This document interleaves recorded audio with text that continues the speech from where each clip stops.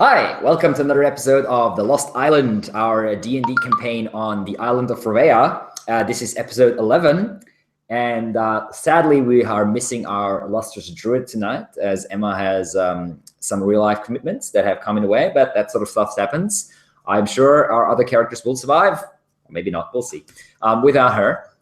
Of course, Karga the druid will still be sticking around for now. She'll just be standing and doing a mark.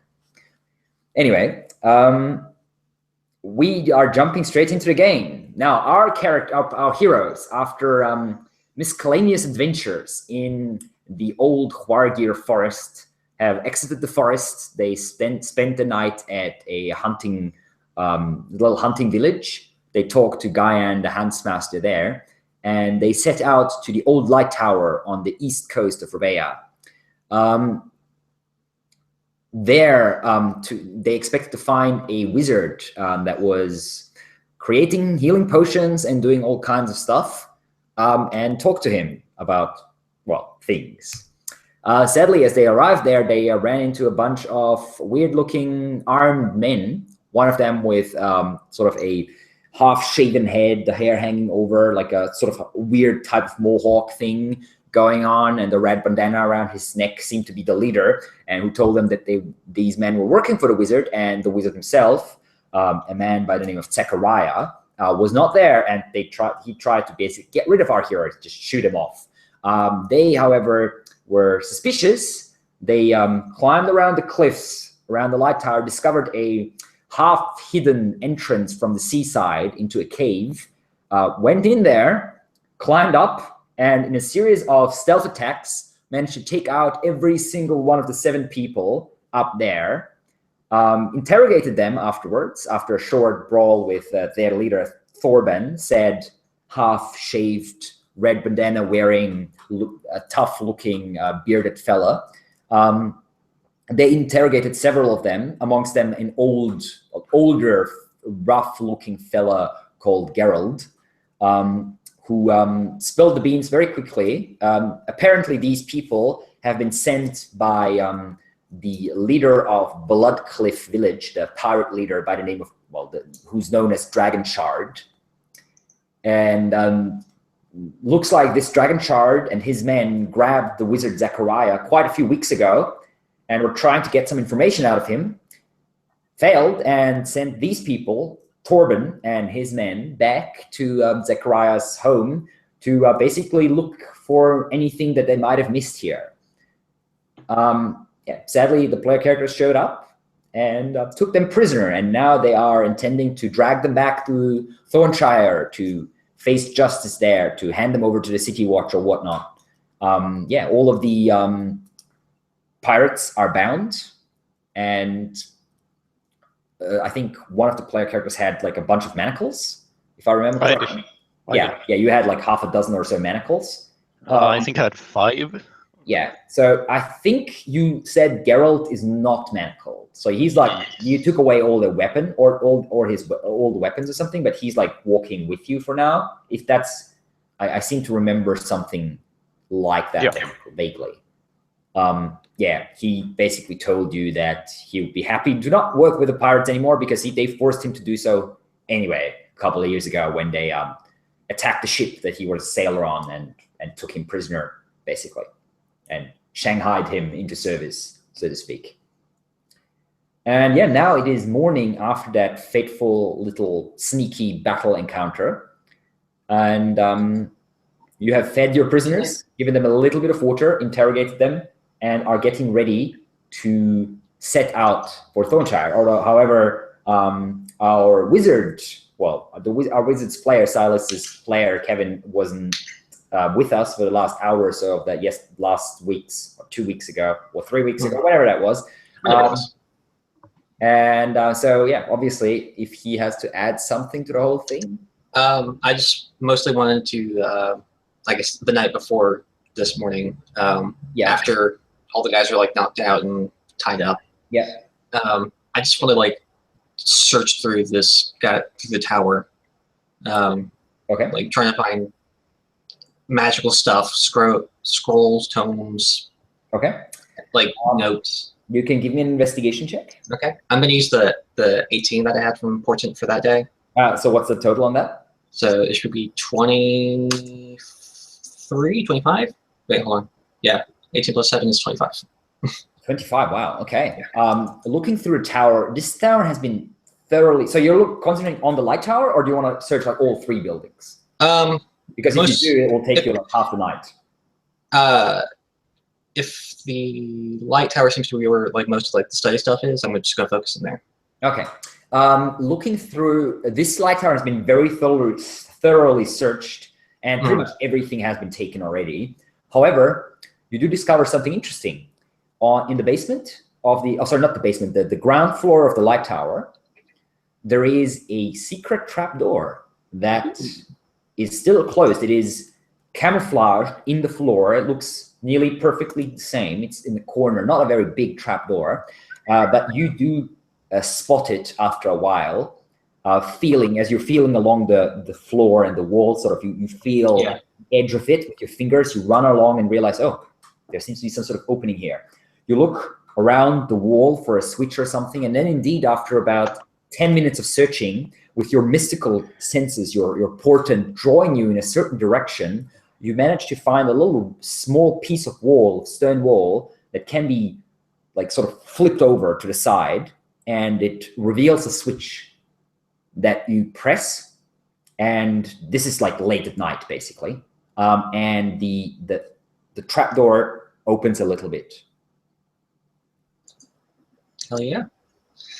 I'll go over and kind of like pull it up and peek down in. The trapdoor is not particularly heavy. It's quite well oiled, the mechanism for the door. And you look down, you see a ladder going down into darkness. All right. Is it just pitch black down there? Pretty pitch black, yes. It's an underground chamber, a sort of basement from the looks of it. Yeah, I'll go grab like a candle or something nearby, I guess. Yeah, there's like a couple of torches and stuff that the pirates have used. Yeah, I'll grab one of those and. Okay, you light it up. So the rest of the group is asleep for now, except for one of you, which is probably Xander, because he's the one needing to least sleep, being a half elf. So Xander's on watch, but he's not in the light tower. He's actually in the main building where the kitchen area and the dining room area is, and where all the prisoners are, obviously. And Karga and Caliphus are asleep for now. This is like after midnight, basically, like 1 o'clock in the morning or something. So we're retconning the whole thing a little bit. Yeah. I'm not going to bug him just yet, unless I get something that seems dangerous. So. Okay. So climbing down the ladder, you come into a small room that is mostly empty, except for a desk, a chair, and a lantern hanging from the ceiling. The lantern is dark. The desk itself is full with papers, like parchment, that's written on. It's not empty parchment by any means. There's a little like writing kit, basically, like a little box with quills and ink and such in there, and a little bit of sand and such. And there's also a very heavy-looking door that's made of very, very sturdy wood reinforced with iron. That seems to be leading out into a second chamber. Does it seem? There is a lock on the door, but there's no key. Okay. Like lock? Is it like built-in lock or like padlock on the front? No, it is a built-in lock. Okay. I'm going to look around the desk. Okay. Look at this, see what's on the papers on there. Start looking at the drawers. The papers are written in a sort of little scrolly hand. You open up several drawers, you find more papers there, and you take a quick look at it, and you realize very soon that some of it seems to be written in some sort of, either it's a language you don't understand, or it's some sort of cipher that you can't quite figure out, not this quickly anyway. So it's like some of the papers you can't understand. There's symbols on them that are unfamiliar to you, with a couple numbers that are actually familiar to you, but they don't seem to indicate anything that you can see. The papers that you can see seem to be a collection of like legends, local legends that someone has written down. and there's like marks, like little notes attached to some of them. However, the notes are written in this sort of language or code, that cipher that you cannot understand. There's quite a lot here. It will probably take you 2 or 3 hours to even if this was like in a language you couldn't understand, to read all of it. Yeah. So I'm right now I'm just kind of like glancing at it and getting a feel for what it is, and putting it in my pocket or my package. You find it like a large letter binding on one side of the table that can hold all these parchments if you want to put them in there. It's very finely made, like a very, very fine dark letter. Like a folder, basically, like a large folder. Yes. Anything else of interest in the desk? No, nothing. Pretty much just the notes. Yeah. Okay. And you said it was pretty much like just like the desk, the lamp, and the door. It's a small room. It's about maybe 3 meters by 2 meters or something. There's not much space in the whole room, and the letter obviously coming down here.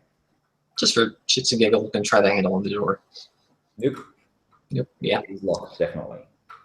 I'll go back there, Xander. Okay. This is up his alley. Yes, we pop in. Hey, I found something I need your help with real quick. Sounds interesting. I wake up one of the other people to make sure that the prisoners are always watched. All right. You wake up Karga, and she nods and she rubs her eyes and says, I will watch them for now. Thanks, Karga. Cool. Thanks. And I will grab my thieves' tools and come with Silas. Okay. So go down, light the lamp, show him the door. It's like, have at it. So, thieves' tools. Let's see. Okay. So as soon as your thieves' tools touch the door, there's a flash of blue light, and a lightning bolt comes streaking out of the door, hitting you in the chest, flinging you backwards and against the back wall, where you just like fall in a heap as you take 18 points of lightning damage. So you cannot see the attack coming. You cannot do any reaction. You were not ready. Just him? Yeah, just him. It was just like a small but quite energetic discharge. Yeah. You just see him like flying past you and hitting the wall. I'm trying desperately not to laugh. And I'm also like, I give it very much to Silas and I storm off. I didn't know that would happen. I'm sorry. I didn't know that. He just starts angrily climbing up the ladder. No, come on. Mages. God damn it. All right. What do I have that can get this door open? Can I borrow your tools? No, I'll keep trying. Yeah. Okay. Yeah, he comes back after some grumbling and ranting about mages. Okay, so what do? You come back down. I'm gonna. Can you have a look at the door to make sure that that was a one-time thing, or if it's still there? Check, yeah.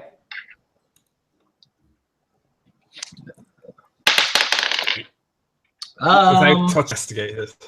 Yes, it's a total of 14. Okay. There is still some magic on the door. Oh, Jesus. Yeah, it's a door. You have no idea. I mean, you can't see any sort of mechanism or anything. Yeah.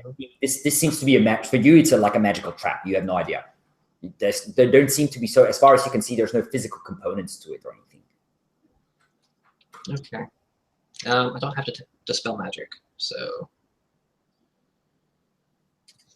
Do you want to try it in the morning? Is it?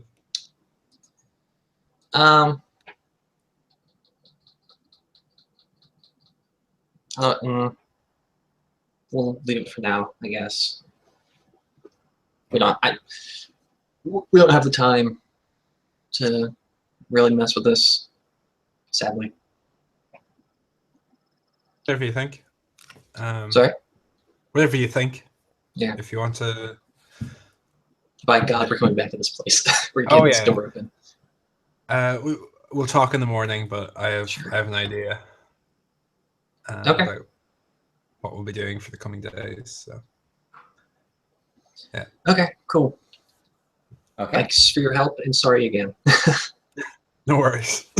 Like this smoke still, the chest is still a little smoking from the electrical discharge that hit you straight there, and you're still like a little sort of shaky as you feel like static electricity still sort of coursing through your body. Yeah. So I guess I'll go ahead, head back and try, get some sleep. Okay. So. Yeah, and while Xander takes watch again, now fully awake. Karga lies back down, and you spend the rest of the night. The prisoners shackled and gagged and bound. One of you always watching them, mostly Xander. Some of them are giving you the stink eye. Others seem afraid. Others sleep through the night. The sun rises the next morning on a sort of slightly overcast day. As you awake sort of a bit later than usual, except for maybe Caliphus, who had mostly a good night's sleep. Well, Silas is still sleeping in a little, since he was up until like 2 o'clock in the morning or something. Yeah. Why I was at all willing to be their gopher, I guess. I was groggy and tired. Didn't want to actually do anything, I guess. True enough. Okay, so you wake up in the morning, you have breakfast, you wake Silas up, who's a little, rested enough, but like still feeling a little sleepy-eyed, sort of. And it's this morning that we interrogated the prisoner, isn't it? Basically, yeah. So you'll do that. Basically, retconning it that it's happening now while you're having breakfast, dishing out some food, some water after you obtained your information. Someone's rolling something. 12 and 17 for portent. Excellent.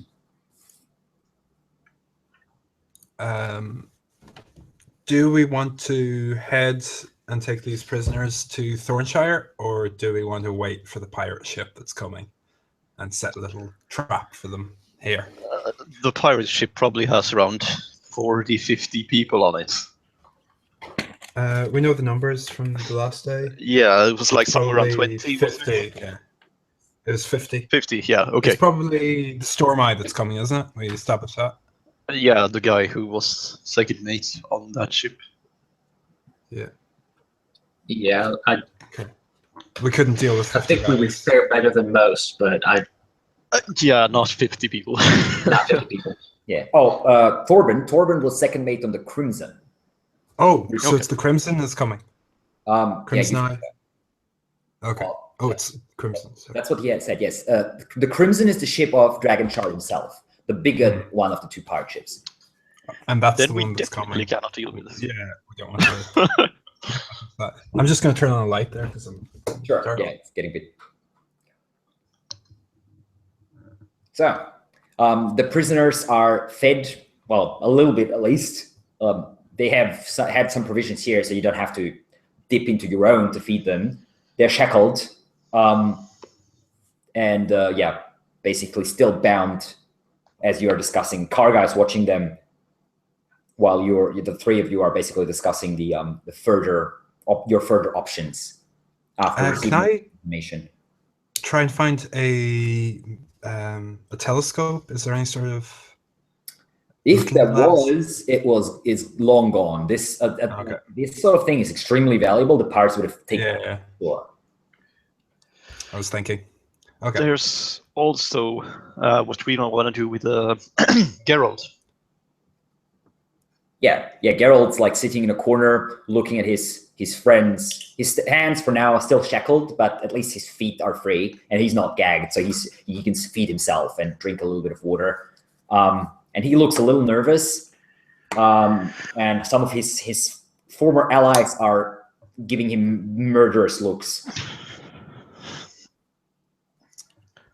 My suggestion is that we send him off to Darkholme and tell him to not mention us. I think the rest of the crew will mention that we let a pirate go, and I don't know if the authorities in Thornshire will be overly excited that we did that. Yeah. I mean, I think the other option is we can just go to them and say that he has provided information and that he should get amnesty. Yeah, I mean, we can vouch for him that much. Yeah. But I don't feel especially indebted to him. Who should we go to first? Thornshire or whatever that fort was? Where is it? Line Keep. Well, that's north of Thornshire. It's like on the opposite side of. Yeah. If we go marching through Thornshire, someone will question what we're doing.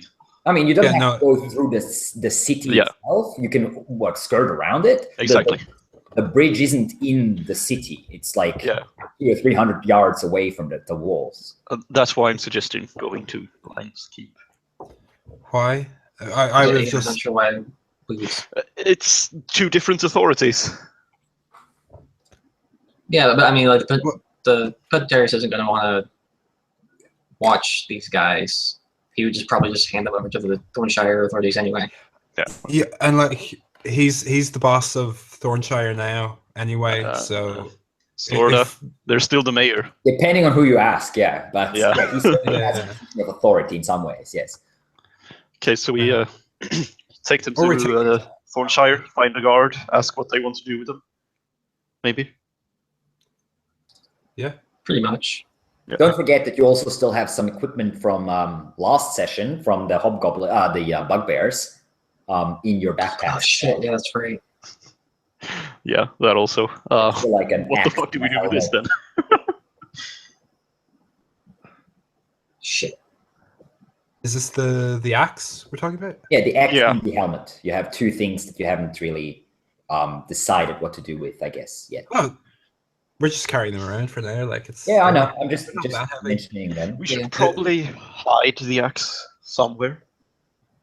Like a secret room. I'm afraid. Oh wait, I don't know about that yet. No. You don't know about what? Oh, there's a secret room down in the basement of the lighthouse. Right. Yeah, I'm afraid that's going to be found. I mean, I found it because I'm me, but you know, the pirates also didn't find it in the first place. We're talking about this out of earshot of our prisoners. Yeah. No, you're in a different room, of course. Yeah, Karga is in like one of the side rooms, in like the kitchen or whatever, with the prisoners, and you're like on the other side of the building, basically. They do have a wizard of their own. Also. Yeah. But he's like. It's unlikely that it's coming here, I guess. Yeah. Here's just a thought. He strikes me as more upper management than. Did you hide the room again? I could do that real quick. Because if you didn't, it's not a very secret room. I go make sure the door is shut and it's hidden again. Yeah, you can. Once you sort of push it all the way down, there's a click, and it's basically gone. It's very hard to see. They're very well made. I come back in the room. Dared Cletus to go find it again. Is there anything valuable in the room? I pull out like a couple pages of the notes. Nothing like worth any. Well, I don't know. Maybe these are worth money to somebody, but Kevin, they're interesting. Guess what? Robot. Mage. Yeah, just reload real quick as usual. Yeah. At least it can be easily fixed, the whole robot. Yeah. Can He did a fairly good job of scanning the room, didn't he? It's not like.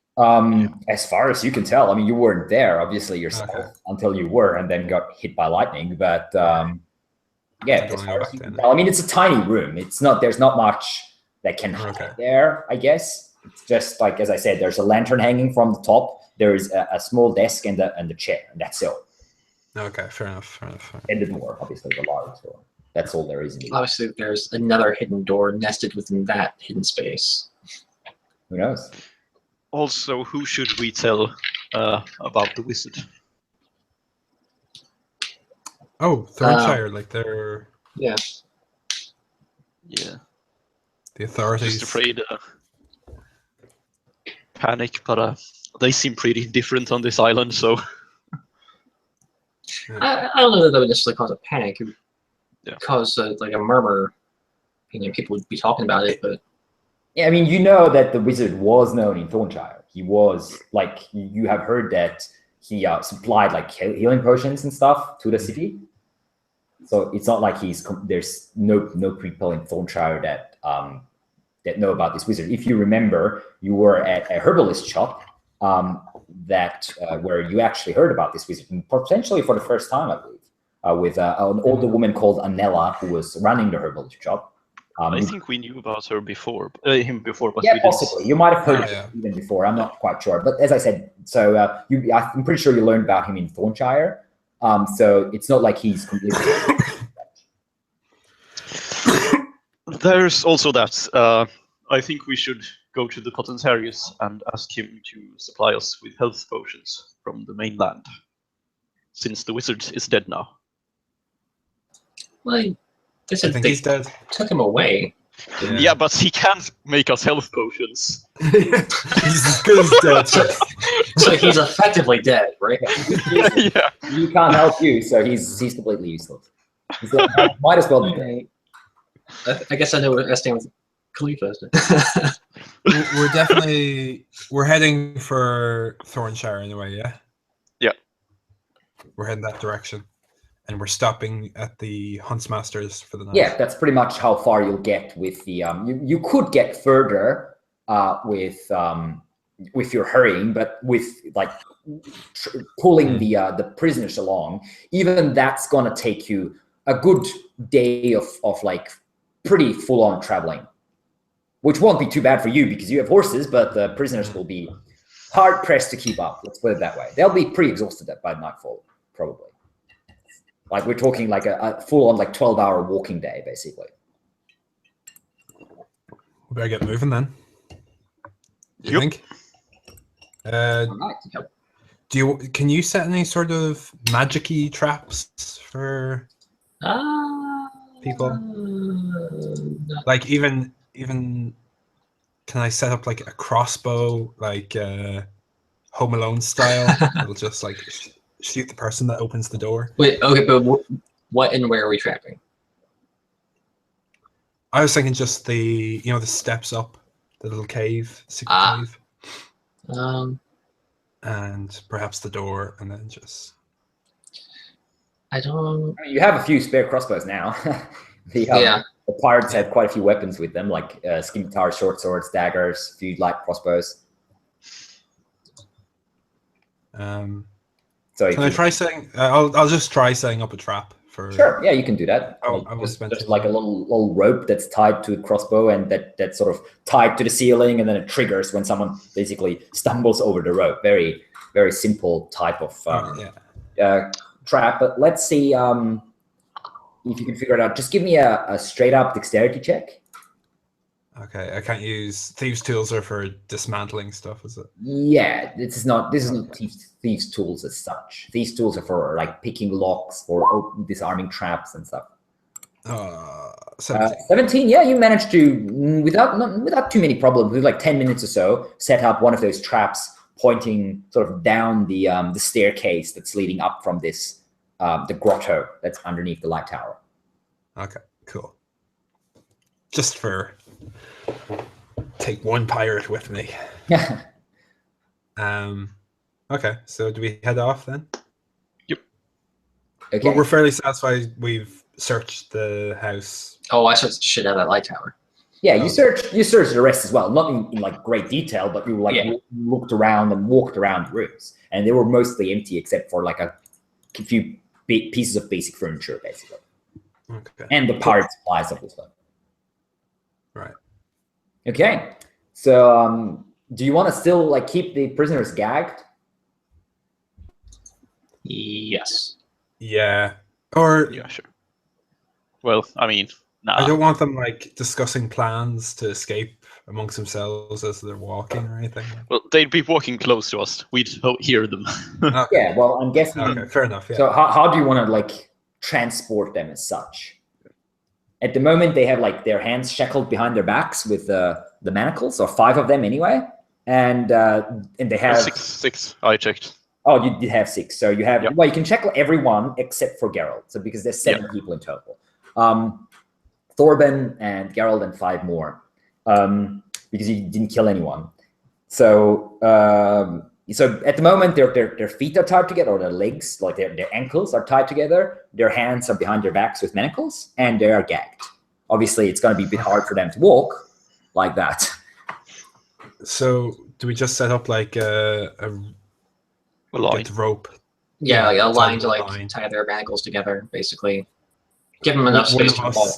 But one of us at either end and 2 on the sides, or something like that. Something like that. Well, we're on horses. Yeah. We can just tie them to the horses. Yeah, you are. Yeah, exactly. Yeah.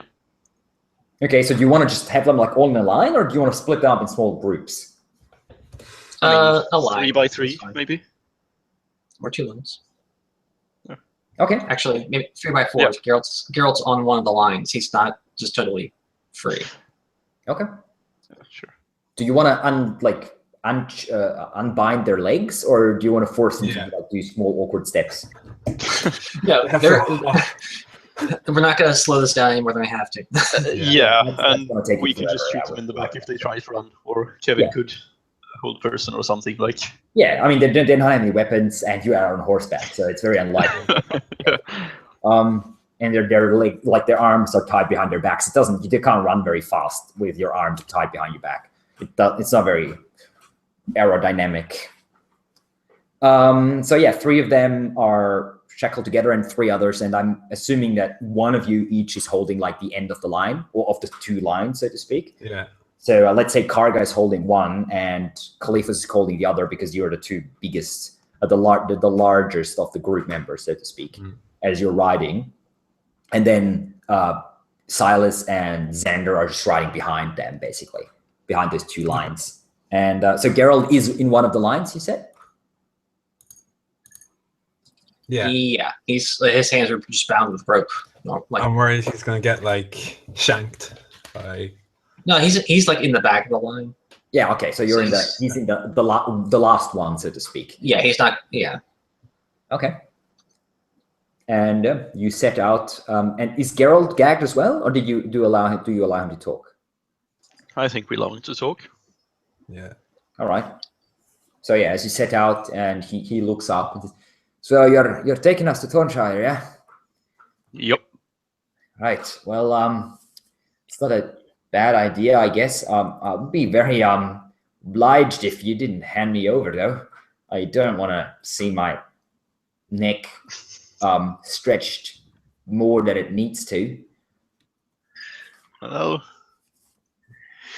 I'm happy to help you. If you don't want to take out on Bloodcliff, I'm happy to help you with whatever I know. But I whisper to him so that the rest of the pirates don't hear that he's provided us enough information that we won't see him hang. Right. He looks very relieved and says, I'm happy to tell you whatever you need to know. Torben, he points at the guy up ahead, the leader, and says, I think there's a bounty on his head in Thornshire. Yes. You might be able to collect on that as well. Yeah. He was second mate on the Crimson after all. Yeah. Okay, well. I guess we just carry on. Okay. Yeah, you slowly ride along away from the light tower, leaving it behind you, following the coastline for a bit, skirting around that inlet that you can see on the map, and then sort of heading towards the forest in the distance that you can see on the horizon. You'll travel for a few hours. The prisoners aren't making too much trouble. They're too well tied up to do much, honestly. They don't have, as I said, they don't have any weapons. They don't have any armor. So they're just, most of them seem to be accepting their fate for now, just staring at the ground and struggling to keep up. The only one who seems more angry than afraid or depressed is Torben himself, who's just casting quick glances around every now and then and growling something from behind his gag. But that's all he can do, really. He seems to be biding his time for now, not trying to make any trouble. You travel for most of the morning, have a maybe half an hour break at noon, and all the prisoners just slump down to the ground. I'm assuming you want to share a little bit of water at least with them. If not, yeah. And I check manacles and everything like that. Yeah, sure. While you're checking the manacles, you do realize that Torben was definitely trying to get out. There's like wounds on his wrists, but he didn't manage to. He didn't manage to get out. The only thing that he managed to do was basically like split his skin around his wrists where the manacles were chafing him. And he just gives you an angry look as you check him, and then sort of looks over his shoulder to Karga, who just walks past him and just like taps him on the shoulder at the back. He seems more intimidated by her than any of you. She's a bear. Yeah, I think he figured and it I out. walk away. I think he figured it out by now, but by the way he's keeping an eye on her. I guess as we're writing, if I can, a little bit, and then also during this break, I'm just kind of looking through some of the notes. You won't be able to do that during writing. That's fair. Just thought I'd try and sneak it in a little bit, but yeah. But during the break, I'm kind of glancing through a couple pages of notes, see if there's anything of interest. Just the stuff that you can. Yeah. For now. Sorry. No, I'm not messing with the cipher yet. Yeah. Okay. Well, the two. Actually, roll me a d3 real quick. So d6. Okay. Yeah. 1. Okay. Okay. Well, you only managed to really read one of the entries, which speaks about the Queen of the Forest, some sort of woodland spirit or something that seems a benevolent one, and seems to be holding court in the Western Timberland. The stories that, well, like the rumors and stories that you see in this entry are mainly, from the looks of it, from Wandermere. And the village, which is the village on the western coast, if you remember. And the people seem to be, as I said, speaking about the spirit more in a benevolent way. However, you also there's also some rumors that sound a little darker about basically woodland spirits abducting young men, sort of having their way with them, and then the young men disappear, never to be seen again. There's a few sort of stories like that as well. So there is a little bit of a darker touch as well. Yeah, that's pretty much what you can read about. There's a few comments, again, on this entry. But as I said, they are in a language or a cipher that you can read. Okay. That's cool. All right. Okay. You continue onward through the afternoon and will reach... after dark, not much after dark, but maybe an hour or so after dark, you will reach the hunting settlement of Huntsmaster Guyan. And yeah, you approach, and you can see two guards, as usual, on the walls with torches. And as I'm assuming you're also carrying torches, they spot you from the distance. And as you approach, they hail you and say, "Good evening. Who are these men?" One of them shouts down the wall to you as you're approaching. Prisoners from a blood cliff. Pirates! Oh, yep. Perhaps a little bit too much information there. Oh, you captured them. Yeah. What do you want to do with them? We're taking them to Thornshire, and we just want to rest for the night. Right. The pirates as well, yeah? Yeah. They're secured? Yep. I'll let the Huntsmaster know. I'm pretty sure he's still awake. And he disappears from the wall. And as you approach, the gate swings open, and the two men bid you enter. As you ride in, the pirates are looking around, and the two men are watching them closely. And two more men step up with like hands on their weapons, just keeping a close eye on your prisoners. And then you can see the Huntsmaster Guyan coming up. He looks at the men and says, "Now, where do you get those? Pirates?" At the light tower, they have taken the wizard. They've taken old Zechariah, have they? Yeah. Such scum. Well, they'll see justice in Thornshire. They'll probably just hang them. Might as well slit their throats now, but that's up to you. So you want to stay here for the night? Yep. Yeah. All right, I'll have 2 of my men watch the prisoners for you. We'd like to have one. We'll have one of of us. ourselves. Yeah. But the two watching is good as well. All right.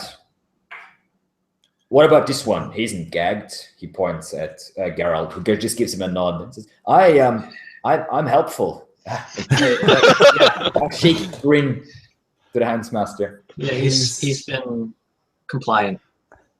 Yeah. Well, that pirate skull, I'm not surprised. They'd probably sell their own mother for a chance to await their just punishment. But you captured them, so I guess it's up to you. Just make sure that they're properly secured. I don't want them breaking out and causing trouble here. Yeah. Me neither. We'll retie their legs and what else? Yeah. He points at two of his men. Anders and Carl, you take first watch. You'll watch them until midnight. Wake up 2 more later. Make sure that they don't cause any mischief. Stab them a few times if you need to, if they start to try anything.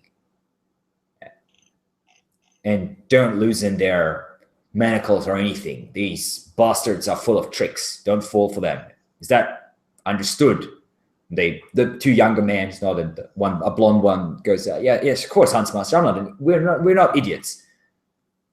Right. Just make sure that you are not idiots, as you say. All right. Is there anything else you require? We'll need our own board and lodgings. Of course, as usual. We'll take horses. How much is this all going to cost? It's all right. The way I see it, you're doing us all a favor by taking out a few of the pirates. Least I can do is let you stay for the night, free of charge. You're a wonderful person, Guy. You are the man, Guyan. He gives you a nod, heads back to his chambers. Basically, 2 of his men like standing there, keeping an eye on the pirates. I nudge one of them, point to Torben. It's like, watch him. Yeah. Is he a troublemaker? He's one of the bosses. Oh, right. And also, yes, probably a troublemaker. Well, we can roughen him up a bit. Nah, leave them. don't do anything preemptively. Just watch him. Can I ask, like, how many hit points have these guys recovered by now? With who? The pirates. Well, they look still. I mean, they haven't really been recovering much. They probably would have recovered a little bit because they have slept a night. However, they were sleeping under less than ideal conditions. They didn't really get any, well, not much food, maybe a few bites here and there, and only enough water to get them by. And they've also been walking all day. So it doesn't really look like they've been they would be able to cause too much trouble. Okay, cool. Yeah, I guess I'll check up on see if my warg pelt has. It's started, but it will take long. I mean, we've only been gone for like 2 days. Yeah. Okay. Fair enough. So it's not making any significant. Yeah, like we left like yesterday morning, I think. Yeah. Exactly. You left. Yeah, it would have been yesterday morning. Yeah, you did, because you made good speed on the journey to the light tower. It only took you like a little over half a day. So yeah, you left yesterday morning, basically. Okay, fair enough. I guess I'll head to bed, or we take it in turns watching them as well. One of us is watching them along with them. To make sure that they don't get randomly killed by something. Yeah, that's the one too. I'll take first. Yeah, you don't get the impression that the hunters here would like just slit their throats. They're not that type of person. They would, however, probably not hesitate to give them a good beating. Okay. Are we adverse to that? Yeah, no, we are. I don't know. Well, I mean, we probably wouldn't interject immediately. Yeah. Well, they're not. Yeah, but the pirates are. Not too eager to. As I said, they're pretty exhausted after the long march, they haven't had much food. They haven't had much water, so they're quite tired. They don't look like they're up for any type of trouble. Okay, so you take watches, and we'll spend the night here, and no incidents. During my watch, I'm going to start working on this cipher robot. God damn it. All right, well, I'm working on that cipher. I'm going to restart the Roll20. Yep.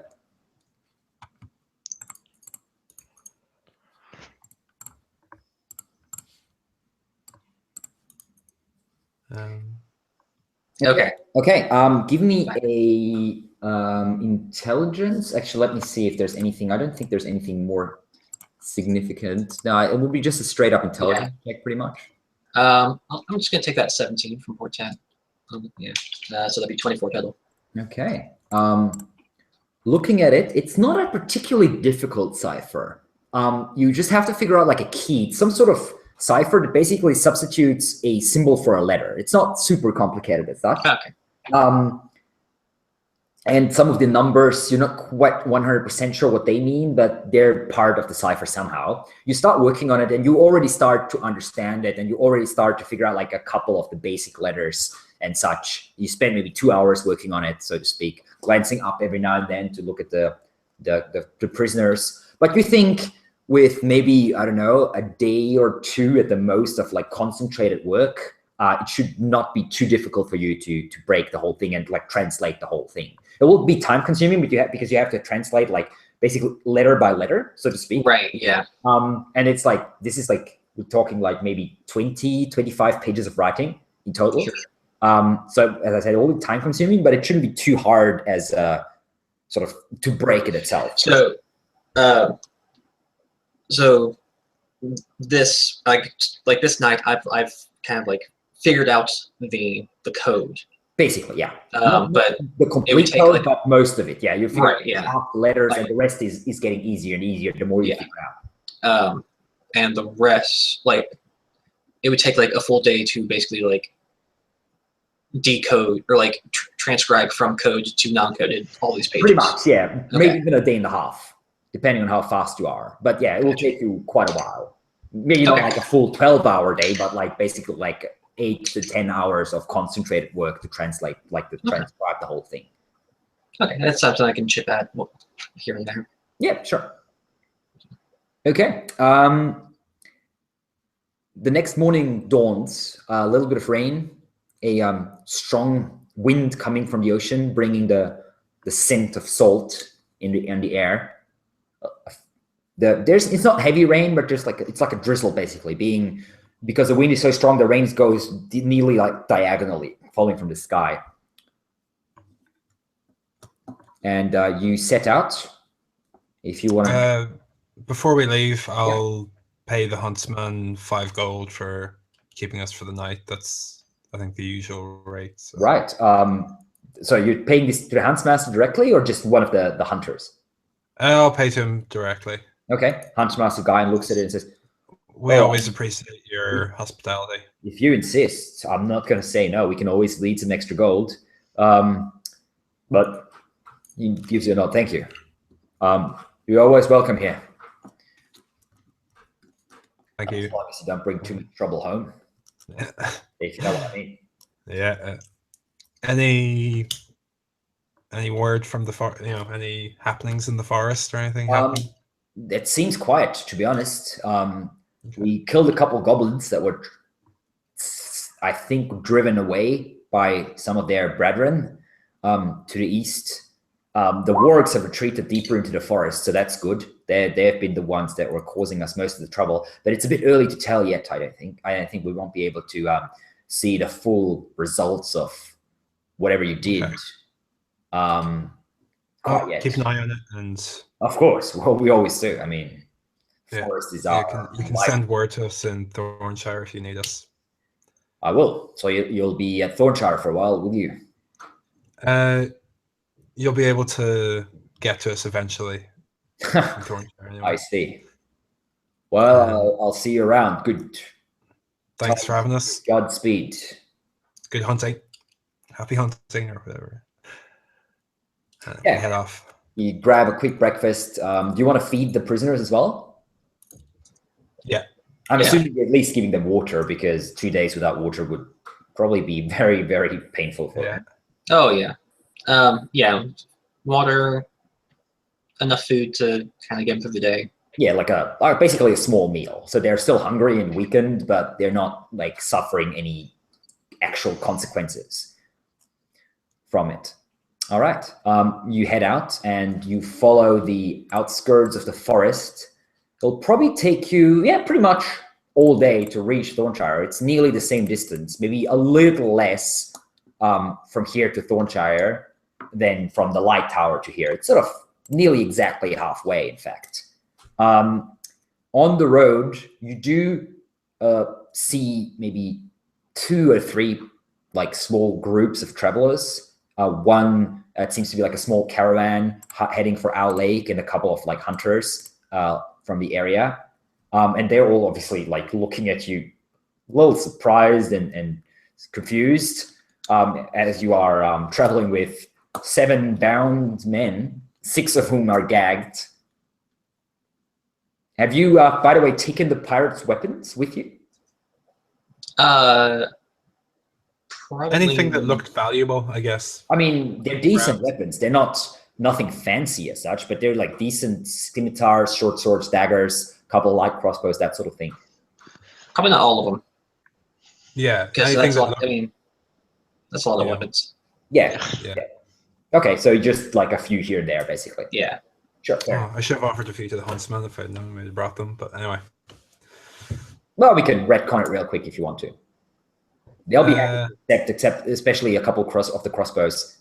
They don't have much like short sword and scimitars and such, because they're not doing much like actual fighting as such. They prefer to just snipe at their enemies, so to speak. But they'll take the crossbows off your hands if you want. I guess I'll give them that instead of the 5 gold. How's that? Yeah, that's fair. More than fair. Yeah, the Huntsmaster will actually offer you. Actually, let me see.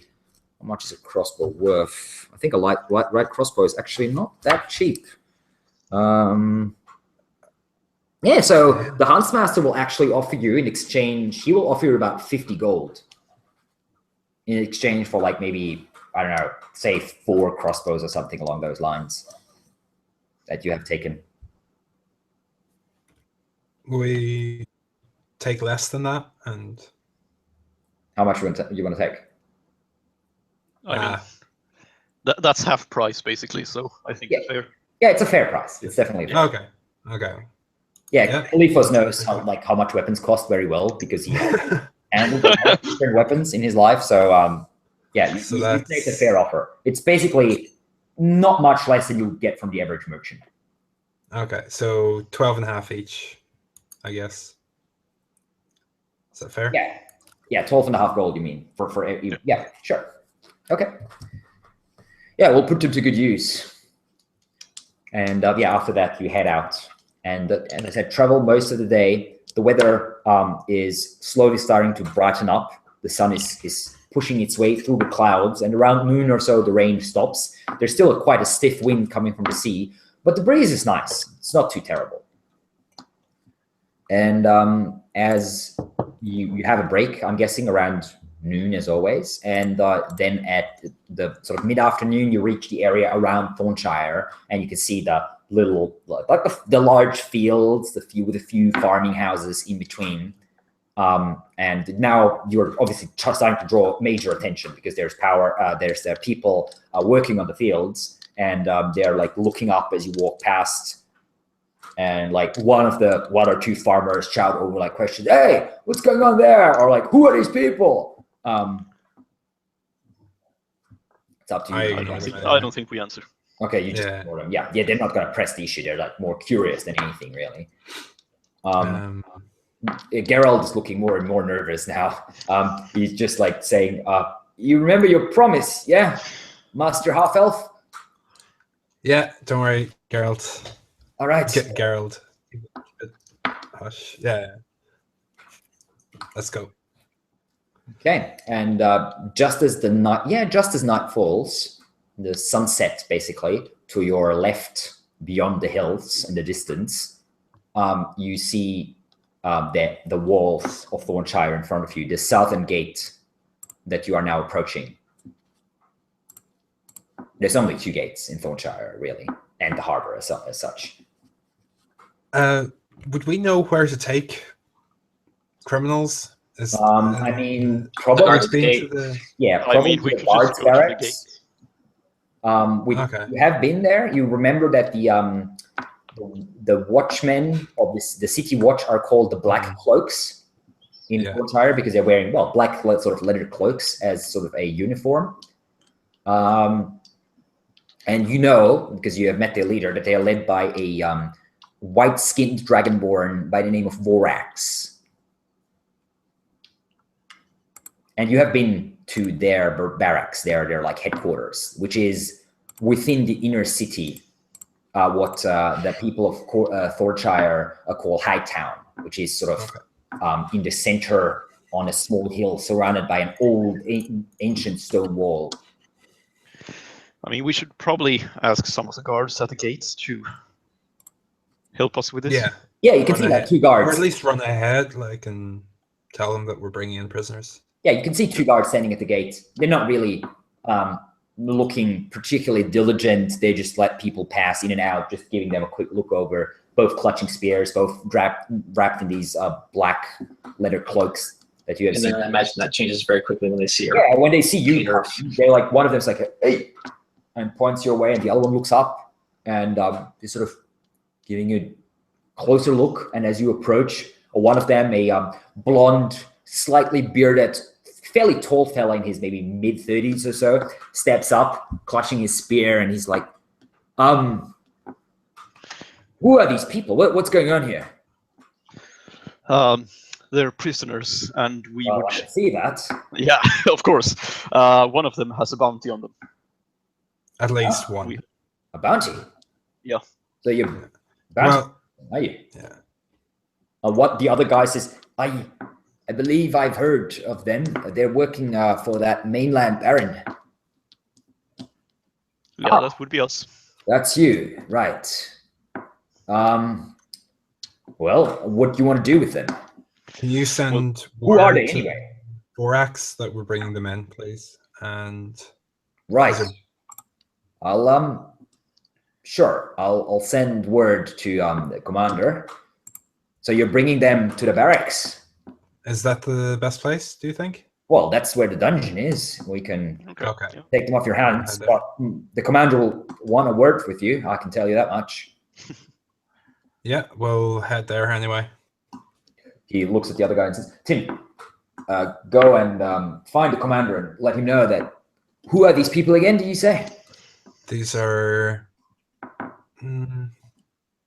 I turn to the group and say, should we tell people? I say pirates aloud. Okay, pirates. These right. are pirates like that. Let the commander know. The other guy nods and sort of heads off at like a jog into the city. The one says, well, give it 5 minutes or so, then you can ride on. Well, should be enough warning. You know where the barracks are? We've been there, yeah. Right, good. And then I'm gonna talk lowly so that no one else can hear. And just, do we want to untie Geralt before we head into the town? Nope. Because if we march him into town and then release him, people are gonna know that he's a pirate. That's a good point. I mean, yeah, we're telling him we're not saying we're not going to be like covering up the fact that he's a pirate. We're just going to say that he was a helpful one, and then yeah, but he's not going to be able to live. Someone's going to fucking stab him. We will vouch for him. But even after he's released, even after he's released from the dungeon, you know, if he like to reintegrate him with the population, it's not going to look good if he came in with a load of pirates. We can untie him, but ask him to walk with us, so people are not gonna immediately know that he's a pirate. Yeah, that sounds good. Yeah. Karga sort of butts in and says, "What about the rest? We were talking about the dwarf, Ironstone, and our job for him." What was our job for him? Everything. Well, oh yeah, that. Let's not discuss this out in the open. Well, he's not going to want to he won't want to deal with these guys. You know, it's enough that he knows that they've been captured. I'm speaking of something different. About whether we want to work for him. Right. That. Yeah. All right. Again, let's discuss this in private instead of us here. This is later. We deal with this. Fair enough. But it's a good point. Okay, so you wait for a few minutes, and then the guard says, "Oh, I guess that should be long enough now." Off you go. Okay. And you enter the. And sorry, just before, will we give the dragon helmet to Vorax? I mean, we could ask him if he wants it.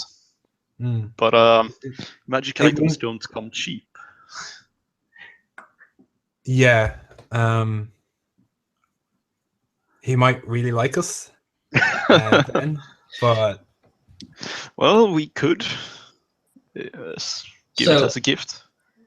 Or, well, I was going to say, we could play it like, hey, do you happen to know this helmet? Like, does it belong to you or somebody new? Yeah. If not, then maybe like, oh, well, you want to buy this helmet? Well, we could give it. I don't think he'll want to buy it because. I mean, if we give him a magic helmet and a bunch of pirate prisoners, he's probably gonna like us, and that's gonna be fuel against the mayor. That is worth something for sure. Yeah. As you are talking, Khalifos, you feel a very violent jerk on the rope that you're holding. Okay. Give me a athletics check real quick. Yep. With disadvantage because you were sort of distracted by the talking and such. Sorry, guys. Fuck! What was that? That was an excellent one. Excellent. And you are actually pulled backwards. Fall off your horse, smack, land on the road, prone. And you can see Torben just like, and he and the 3 men bound to him starting to take off at a run, running towards one of the sides to your right. I cast slow on the group. Okay. What sort of saving throw is that? Wisdom. And Torben is going to roll a 6 on his. Oh, cool. So Torben and one of the guys succeed. The third guy, Torben and one of the guys fail. The third guy succeeds. Sadly, he's tied to the other two, so that his success doesn't bring him shit. So he's like, the other two are over, so like pushing. I'm just gonna like slowly start. I'm just gonna like a walking pace start walking up to them. Yeah, well, they're still moving at a walking pace because they're being halved, which means they're dashing, so to speak, but their dashing is just walking, basically, like walking speed. The other one guy, like one of the guys, just jerking at the rope, is like, but he doesn't know what's going on, basically, trying to like jerk the other two along, but he's obviously not strong enough to carry 2 people.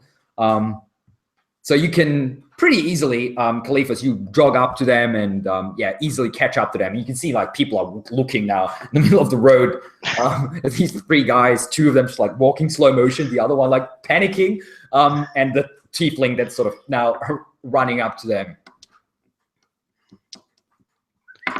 I'm gonna smack the one that's not slowed across the pace. Okay. Give me an attack roll. That's with advantage because he's tied and not moving very fast. Yeah. See attack roll. And I'm guessing you want to do that. You don't want to kill him. Yeah. Okay. I don't do proficiency for this, right? Unarmed attacks, sure. Okay. Well, +3 then. So. Well, I mean, with advantage. Okay, with advantage, sure. Yeah. As I said, he's tied down, and 24. You leap up and you give him a punch across the face. He just like and falls over on the ground, half unconscious basically after a haymaker, so to speak. And then I'm just gonna point to the other. You two carry him, and then start tugging on the rope. And give me an intimidation check with advantage. Intimidation. You can use strength if you want to. You are threatening them with physical violence. I mean, that's one higher, so sure. 24. Okay. Yeah, they both like look at you and then look down at the guy and like, and then slowly, still in slow motion, grab him and lift him up and slowly return to the group where Karga is still holding the other three, and she's like summoned fire in her hand and is just looking at the other three, and they're like just standing there without moving like a muscle. I say the two slowed ones like, don't worry, it'll wear off eventually. They're just like. And of course, it wears off after like a minute, but yeah, I know. Yeah, so you get going again, and the slow wears off after very soon. I mean, this whole thing took like 20 seconds. It's another 40 seconds. I keep an eye on Geralt during this. Yeah, Geralt's like looking a little nervous, shifty-eyed, but not making a run for it. I mean, he's tied to 3 other people, so even if he wanted, okay. I thought we untied him. We talked about untying. Yeah, well, you talked about it. But we didn't actually. Okay, fair enough. No, he's not like like his feet are free and he's not gagged, but his hands are still wrapped with rope, and the rope is tied to the guy in front of him, basically. Okay. Yeah. Let's get to the barracks quick before this gets. I think we should untie him. Silence can just cast hold person on him if he tries to run. Yeah. Okay. Okay, so you just hop down, tie him, and he's like, "Oh, thank you. I'm not gonna run." Yeah, we'd hope so. Yeah. Okay. No. you wouldn't be able to anyway. Don't worry about me. I told you I'm gonna help you with the fuckers from Bloodcliff. So yeah. Okay, you continue walking and reach the wall, the inner wall, the stone wall. The outer wall of Thornshire is really just like a little a heap of mud with like a thick wooden fence. Really, there's not even like parapets that you can walk on or anything like that. It's more like a thick fence. The inner wall, however, is made of stone, the wall surrounding Hightown itself. However, it's an ancient wall, probably a couple 100 years old.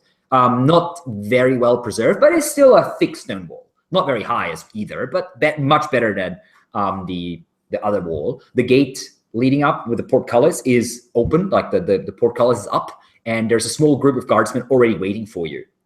And one of them, a blonde guy with like a hooked nose and a little scar above his eye, steps up and says, welcome.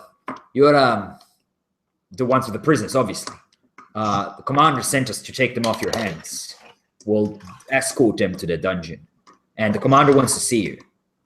Yes. This one, I point to Torben. Torben, yes. He's particularly dangerous. Yeah, the guy, the leader of the guards, steps up, looks at him like from this distance, sort of face to face. He says, well, I can always cut their legs a little if they try to run.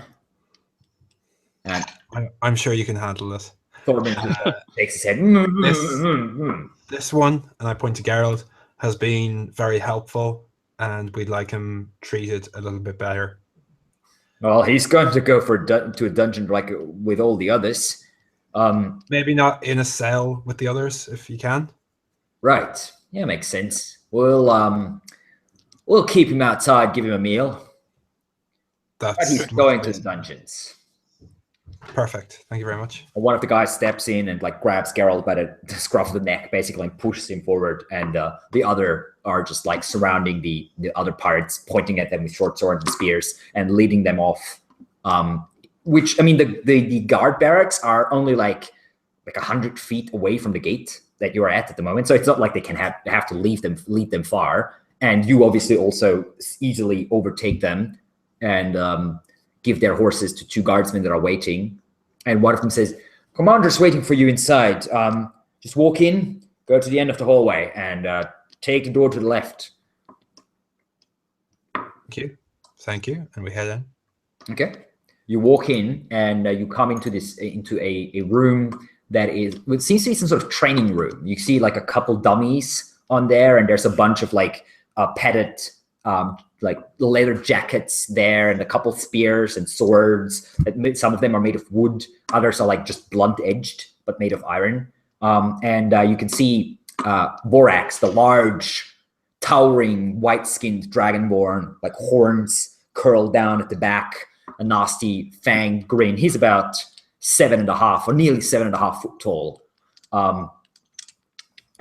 He's dressed in this heavy sort of metal iron armor, painted white with some symbols of Thornshire, like these thorny vines on them as well. And he turns to you and says, "Well, I have heard that you brought some prisoners, pirates." We met them at the light tower in the... Which light tower? There are several on the island. The one southeast. One. Yeah, down the coast. Where Zachariah lives. He had been taken. The old wizard. Yeah. He has been taken by the pirates. They seem to want something he had. They were searching the house. I warned him years ago that it would not be safe for him to live alone, that he was a stubborn man. Well, we all deal with the consequences of our choices in life, do we not? It seems he is, at the moment, by all accounts, he's still alive. But he's been taken to Bloodcliff. That he is not. The pirates are probably not treating him gently if they are trying to get information out of him. That's true. We were also in the forest, Hungir's forest. We dealt with some, what are they called? Bugbears. Bugbears. Isn't it? Yeah. Bugbear. Goblins. Yes, I know them well. We broke their might 20 years ago in front of the walls of this very city. I think we have prevented something similar happening again. We managed to take away their leader. Yes, they crumble easily when their leader is slain, prone to infighting. Indeed. And we managed to recover a particular item from him. And I ask, who's carrying the helmet? Yeah, I think Caliphus is carrying it, yeah. Okay. Yeah. We recovered this. Do you know anything about it? So you hold out the helmet? Yep. Yeah. He looks at it and says, "My helmet! I lost it in battle. In that very battle I spoke of, a good 2 decades ago." Their leader was wearing it. Was he? No, it was like on the wall. Okay, yeah. Okay. He seemed to have it in his treasury as a trophy. I'm glad it could be a trophy of what? Their defeat? I cut down their leader with my own blade. Wow. He knocked my helmet off and I lost track of it in the fight. Well, maybe their leader took it as a trophy to as their leadership. Well, now he is dead, yes? Yep, he is. He is indeed. And you brought me back my helmet. I am thankful. I actually have a question about that. I hand it to him and with our compliments. He looks it up and looks at, yes, I have missed you. And just gives it like a little stroke. From the little I know of your proud race, You're a white dragonborn, and therefore you can see his eyes getting narrow, and there's a little bit of anger blazing as you start that sentence. Yes. And you would already be able to deal quite well with any sort of cold damage. It seems that this helmet also offers that same resistance, and I'm wondering It is a magical protection. It is imbued with the power of our ancestors. It allows me to stand in the strongest blizzard unfazed. I haven't had much chance of using it here on this island. The winters are not that tough, but it is a family heirloom of my clan. I am very glad to have it back. We were glad to help someone of such noble standing on this island. So I am thankful. You have a favor. Good. Well, if you require anything, as long as it is not illegal, I am happy to help you. A favor for this is the least I can do, or I can offer you monetary compensation if you prefer that. We're pretty rich as it is, actually. Now that you mention monetary compensation, is there any bounty on the pirates that we captured? I have not seen them myself, but there are several bounties on about the half-dozen highest-ranking pirates. One of them was second mate on the Crimson. Torben. First mate. Torben, yeah. First mate, yes. sorry. Yeah. There is a bounty of 120 gold pieces on his head. If it is the Torben you captured, I will make sure that the bounty is given to you in full. We should mention that one of the pirates was exceptionally helpful and provided a huge amount of information that we'll be using in our continuing campaign against the pirates. You are planning a campaign against the pirates? Yes. Our first step, yes. I see. And also, for whatever it's worth, he was also pressed into God Robo damn Mage. it. This is our Robo Mage. We will destroy pirates.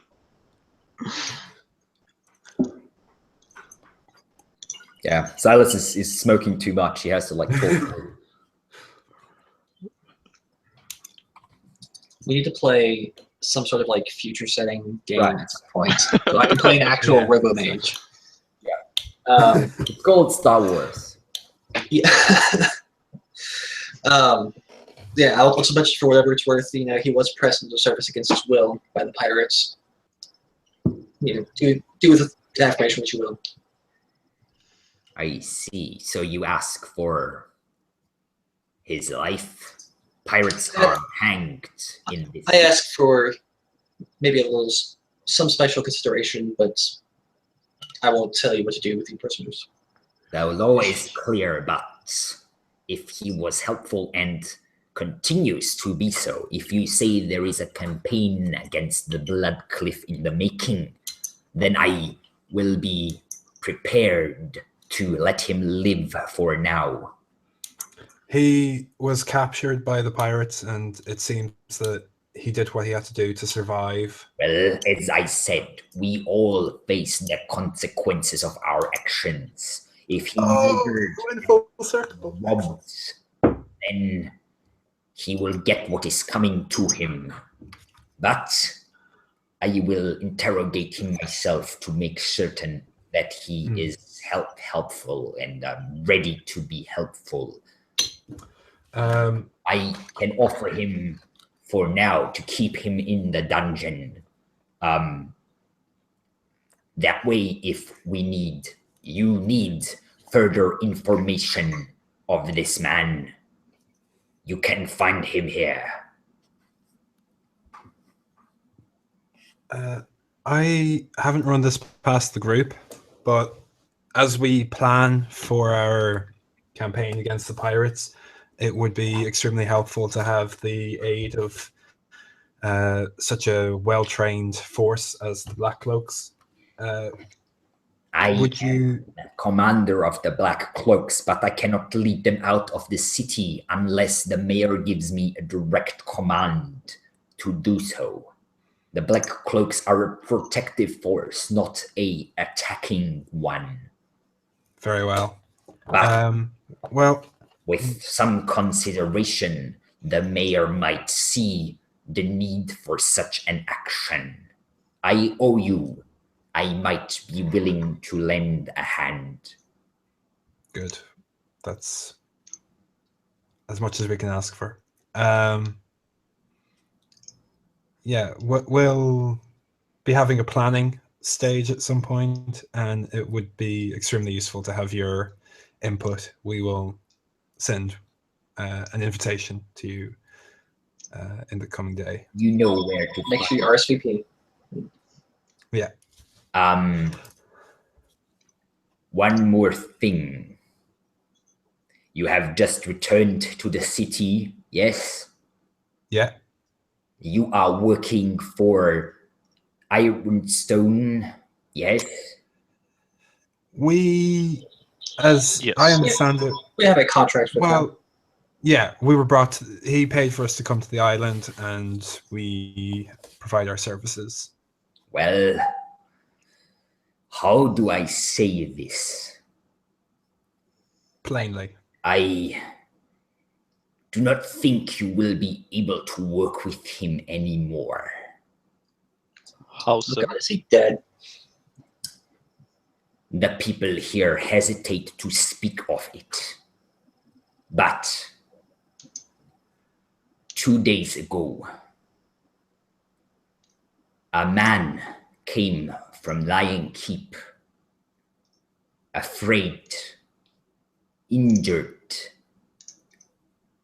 He spoke of the Black Mist. Oh shit! Is that the thing The that random keeps... murder fog! Yep. The keep has fallen to the mist. Jesus.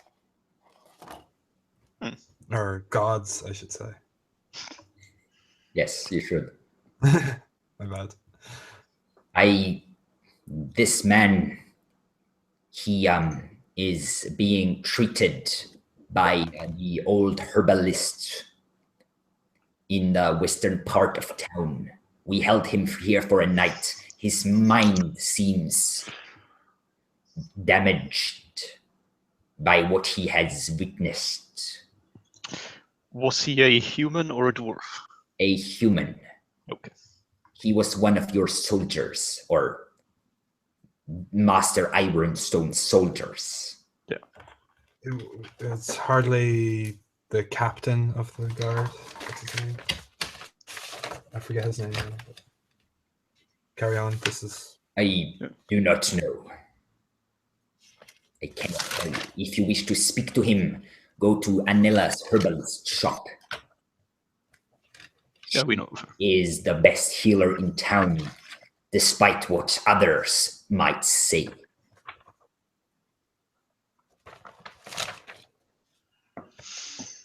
All right, well, we thank you for this information. And I think we should be heading off now. Be warned, the people of Thornshire and of Roveia in general, they shy away from speaking about the Black Mist. Yeah, we've had a run-in with it before around Wondermere. Well, we noticed it. Its effects, I guess, more than anything. Yeah.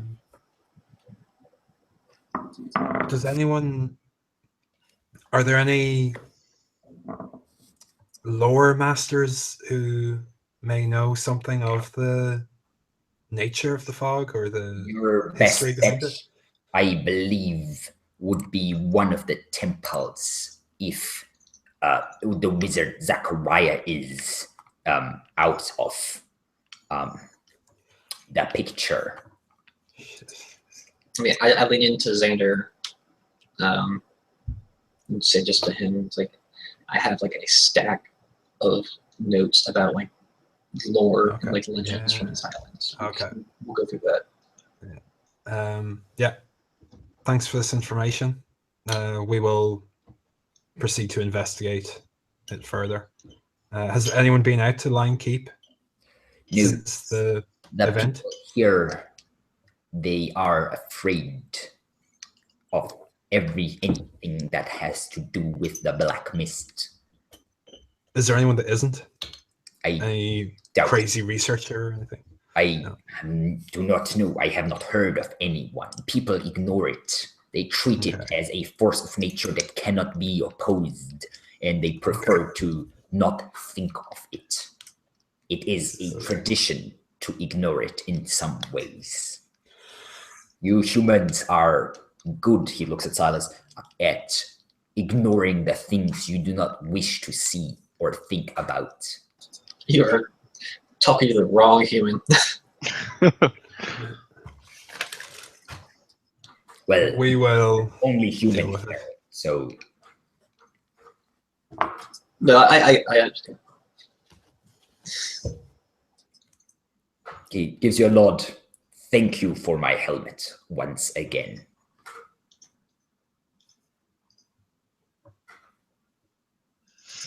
Okay. Thank you for your time, and we'll head outside, I guess. Okay. Yeah. And there's still like 2 guards standing with your horses there, holding it for you. Should we get back to the Red Lady? I think. Our rooms? Do we just go interview the victim? Yeah, that's a tomorrow thing. I think it's late at this point. It's like we got in at dusk. Okay, fair enough. Yeah. Yeah, I guess I'll go find Hadley as well. Okay. So you're heading back to the Red Lady, are you? Okay. Yeah. You arrive there. You hand your horses over to the stable boys, and as you come in, and basically present yourselves to one of the kitchen, well, the servants there, basically.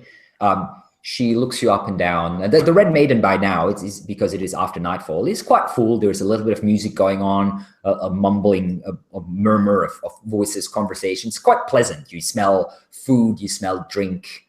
People are enjoying themselves. A couple of singing, 2 or 3 couples are dancing in the back to the music. The servant, the maiden, looks at you and she says, I believe the innkeeper would like a word. All right. Just wait here, please. Yep.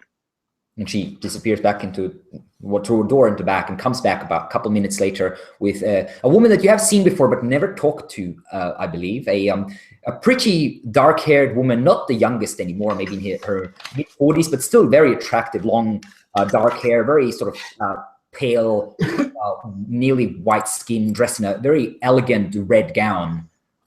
That's elegant and sort of enticing without seeming too cheap, if you know what I mean. She steps up and says, welcome, gentlemen. Your rooms are ready. However, they have only been paid for another week. And since your employer, well, he will not be able to continue paying, I'm afraid the time will come that we have to settle the accounts one way or the other. How much are they per night, these rooms? Your rooms are 3 gold per night for each of the rooms. You have like 2 rooms, like. And it's paid for the next week, yeah? Yes. Okay. Well, it's nothing we can't handle, but yeah. I just want to raise it. And my condolences, by the way. Master Ironstone was a good man. It is a pity he had to die with such a terrible accident. Would you know of anyone who would know anything about the nature of that accident? No, I'm afraid not. Okay. Are there any local stories or myths? There is a lot of local stories and myths, but despite me being an innkeeper, rest assured, I do not like to dabble in this type of rumors. Is there anyone who does? Any local bards or anyone that could tell us a few stories? There might be. And she just gives you a nod and heads off. All right, so we just go around town. I like to pay her for that, but okay. It's like, are you afraid of the Black Mist? Are you afraid of the Black Mist?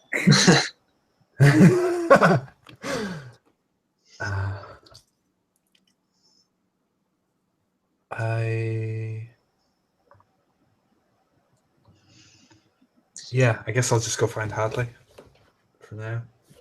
I'm going to one of the rooms, and I'm going to start like skimming through, trying to find anything about the any mentions of Black Mist or anything similar.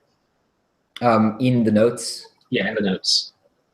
Okay, sure. You can give me another intelligence check. How much time do you want to spend on this? I guess like maybe a couple hours, or basically until I go to bed. Until you go to sleep. Yeah. Okay. Yeah. 18. Okay. Wait, it's just intelligence. Yeah, straight up intelligence check. Hold on, sorry, I can't remember what I'm 15. Sorry. Okay. Yeah, it takes you about an hour or two, but you do find basically you sort of translate the symbols, and then you're looking for that specific combination of symbols, basically in the pages. Well, that's slow going, obviously, because you have to look at every single symbol. But after a bit, you do actually find several mentions in several different paragraphs and such of this topic. Is there anything in the unencoded? No. No. Okay. It's only in the ciphered. Yes. Okay. Do I have enough time tonight to read any of those pages in any depth, or is that I've just identified where they are? You have sort of found you write down, okay, it's here, here, here, here. So you find 4 or 5 spots where you can read it. But it will take you a couple more hours to sort of translate the whole thing. You can maybe start.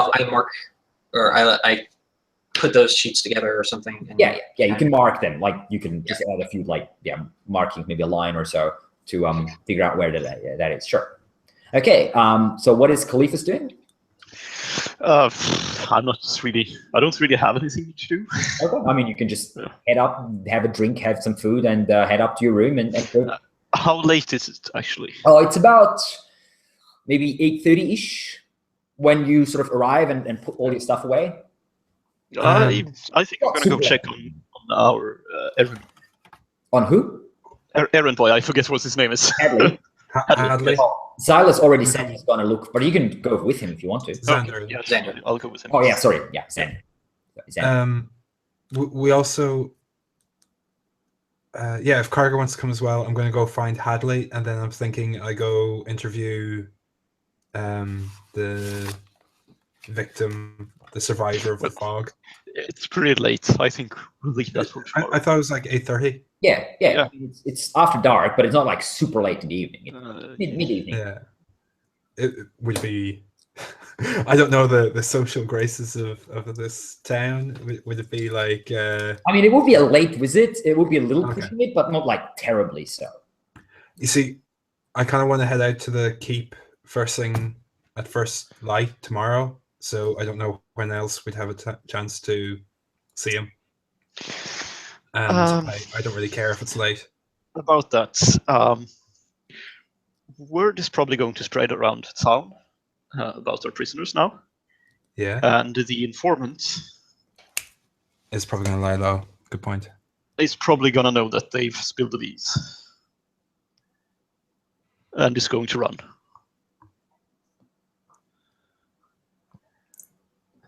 Okay. We need to find someone who keeps pigeons tonight. You can probably get in contact with know who. Okay. Interesting. Yeah. But they were holding. They know who it is. Yeah. And they were going to hold the information as ransom for us dealing with Kane. So right. they're not going to be. I doubt they're going to be helpful. Think you could offer them money instead for the information? Do you know? Maybe so. It could just be talking to the barkeep and find out if anyone keeps pigeons in town, and then we pay them a rude late night visit. Yeah. Okay. Yeah. I guess I'll just go find Hadley first, though. Well, all three of us are going, right? Yeah, Karka and Kalifos, you have a stern team. Karka and Kalifos flanking you as you step out into the night air and look around sort of the area where Hadley's staying usually. So you look around there. Give me an investigation check.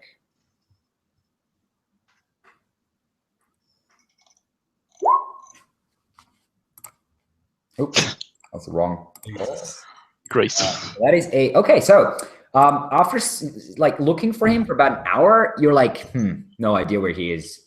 You asked a couple people, but no one could point you in the direction. No luck. Either he's not home as such, or maybe he's left. You're not sure.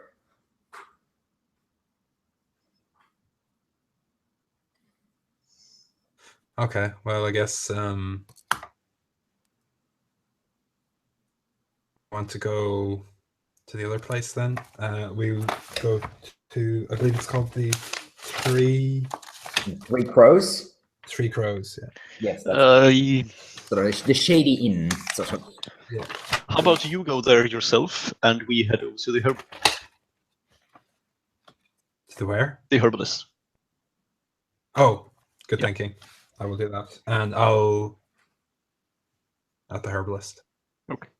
Okay, cool. Okay, it's now 9:30, so now it's a little bit more pushing it. But I mean, you can still obviously visit if you want to. It was Captain Renard that was the. Yes, Captain Renard was like a red-haired, bearded captain of the guard of those 20 soldiers that Potentarius Ironstone had. Okay, cool beans. That was his name. Yeah. Who do you want to deal with first? We'll do you, Xander. Okay. Because you have the shorter way, whereas the rest of you, they have to skirt around half the city to get to the sort of northwestern part. The southern part is already close to water where you are, so you just have to follow the water line to get there. It'll only take you a couple minutes. The rest, you need like 10, 15 minutes to get there. Okay, so you approach the Three Crows, you enter in, and there's quite the crowd. It's not full by any means, but then again, you've never seen the Three Crows being really full as such.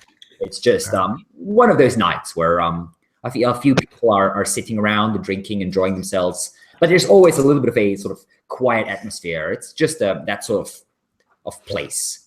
You do see Eric, the barkeep, behind the bar, just cleaning the bar a little bit with a not particularly clean-looking rug. He looks up as you approach, gives you a nod. Welcome back, Master Half-Elf. What will it be? I'll have a beer with a side of information. Well, the beer I can do. That's 2 copper, and he hands you over a beer. The information, we'll see. Do you know anyone around town that keeps pigeons? Pigeons? I mean, no names come to mind, but I'm sure there is a few people. It's not something that's very popular here, but I've heard of that some people do it. Okay. Do you know who I could talk to? Who I have a bit? I mean, I can figure it out in a day or two. If you give me a day or two, I can easily find out people. But if you're looking for pigeons, I mean, there's plenty of pigeons outside. Just shoot one.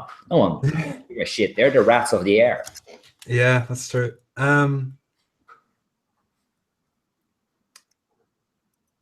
Yeah, I hope for it a bit quicker than I'd hope to find out tonight. Do you have anything?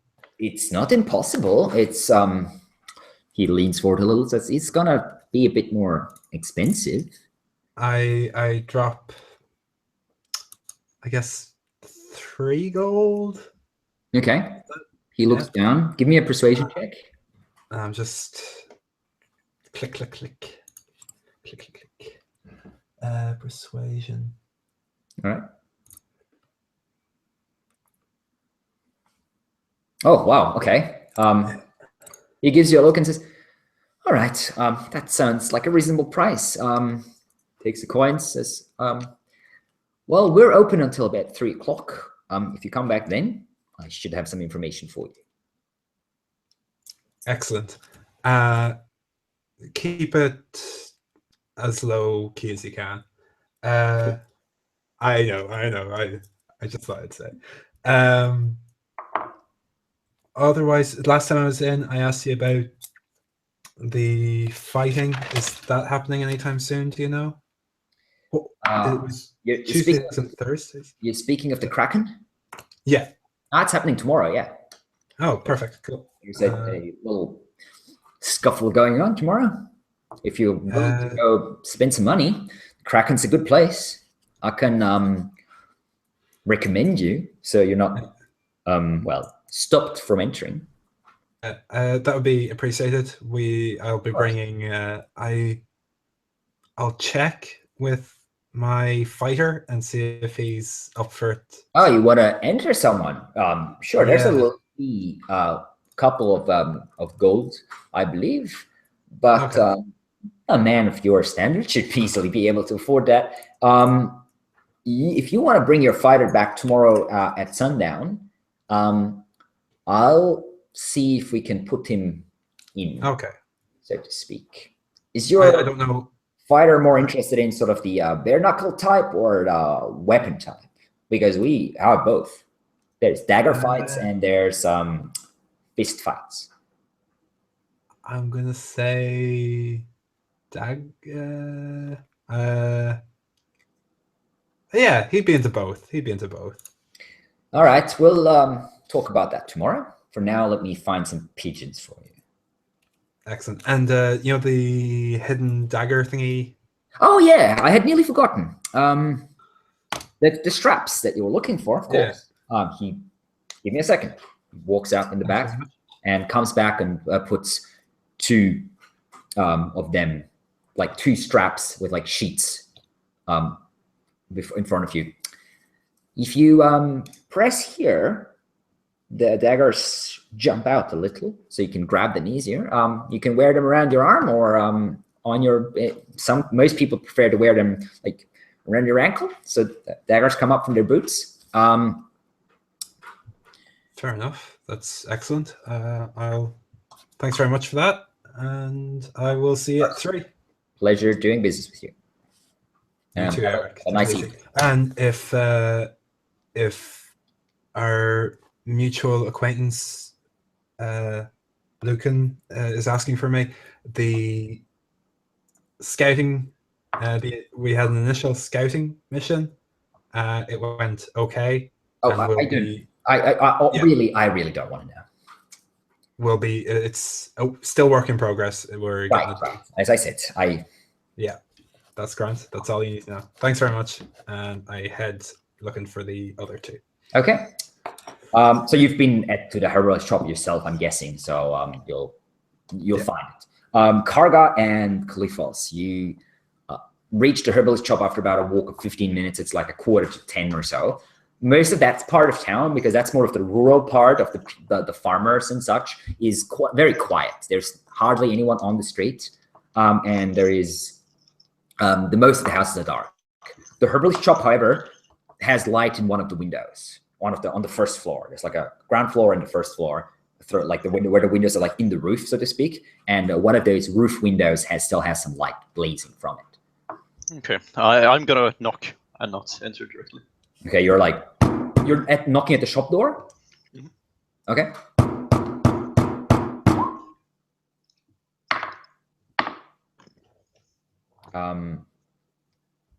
Few minutes pass, nothing. Car guy's like looking around and says, maybe there is a side door. Yeah, let's go around and look. You look around the building and you find a narrow door on the side of the building, a second one. Well, I knock on that then. Okay. Like a minute or so passes, then you hear footsteps approaching. They seem to be coming down like some sort of stairs that is behind the door. And then a small sort of wooden clap is opened, and you can see an older woman's face. I believe you have met Anella before, because I've bought stuff from her. Yeah, exactly. She peers out into the darkness, and a little bit of light. She's holding like a candle in her hand, a little like a wooden, like a bronze tray sort of thing. She peers out into the dark, and she like takes a step back as that light falls on a tiefling face. And then she, oh, forgive me. You scared me for a moment there. What can I do for you? I'm afraid the shop's closed. Yeah. Wearing like an evening gown sort of thing over her clothing. We heard someone from Alliance Keep is staying at your place. I hope this is not an inopportune time. Well, yes, well, it is a little late, but I can make an exception for this. Yes, there is a man that I'm taking care of. Nelson is his name. He's a little unhinged by what happened to him, I'm afraid. I've heard. But if you want to talk to him, please be my guest. Just try not to get him too excited. You can hear her like opening the door with a key, and opens the door, and leads you up a set of stairs. And there's a couple small rooms up there. As we're inside, I'm gonna tell her about the wizard. Sorry? I'm gonna tell her about the wizard and that he won't be delivering health potions anymore. That is unfortunate. I quite liked old Zachariah, even though he was a stubborn man. That's a pity. I was afraid that something might have happened to him. I didn't expect someone attacking him, but I thought he might have fallen or broken a leg or something. People of his age aren't always very spry, and he living alone. Anyway, now she stops at the door, and you can smell beyond the door. You can smell like heavy sort of spicy incense, some sort of musky herbal smell that's coming out through a door. He says, "Now, I am giving him something to keep him quiet and calm. He might. I'm not sure how awake he will be, but you can give it a try." Yeah. And she opens the door and she says, "Nelson, my friend, there's a few people here wanting to talk to you." And you can see there, it's a small room. It's basically just a rug, a small chair with some sort of bucket standing on the chair, and a narrow bed. And that narrow bed, with a little bit of moonlight coming in through a window shining in his face, lies a pale young man that seems vaguely familiar to you. Okay. Vaguely familiar. Yeah, well, I mean, he's one of the soldiers. Yeah. But there was like 20 of them, so it's not like every single face in great detail. He seems half asleep, but then as the door opens, and as Anella says that, he turns his head, looking towards you, and as he sees you standing there in the light of her candle, his eyes go a bit wider, and he sort of pushes himself up in the bed so that he's sitting now, resting against the wall at the head side of the bed, and it's you. You came. Yes, we heard an accident happen at Lion Keep. It wasn't an accident.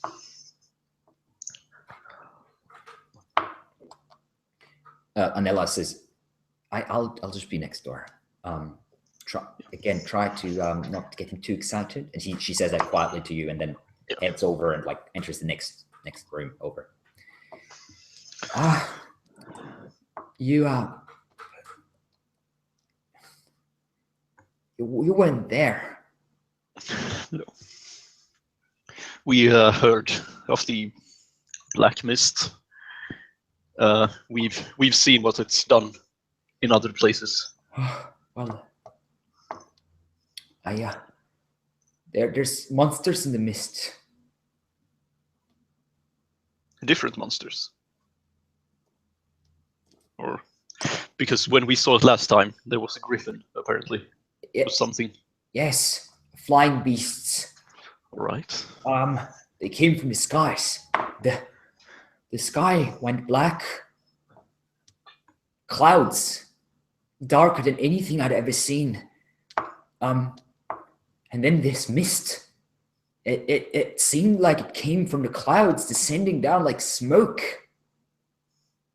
We couldn't see nearly nothing. It was like night had fallen in the middle of the day. Cold it was as well, this mist. I could see my breath. And then the monsters came. We heard wings beating in the wind. The monsters came, they started slaughtering us. One of them grabbed the Potentarius, flew away with him. The others, they were killed. I was hiding in the stables.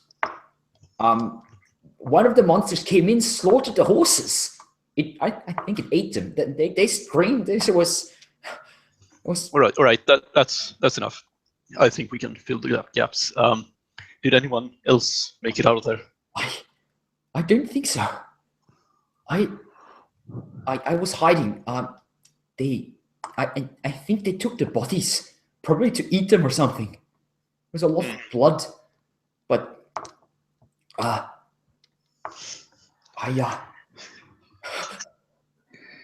think I have a message for you. Okay.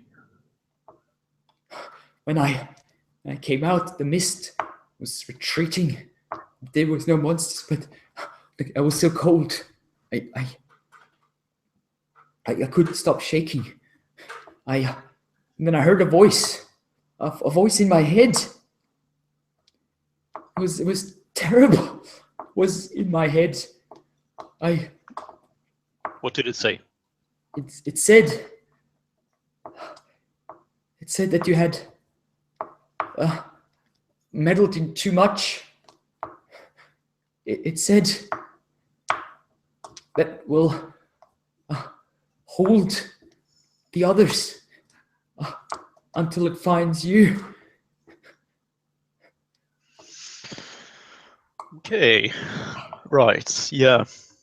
It was. I saw lightning crackling in the sky. No rain. When the voice spoke, I think there was like a shape, something big in the dark, bigger than any of the monsters. Like I don't know. We have an idea of what this is, so you don't need to think about it too hard.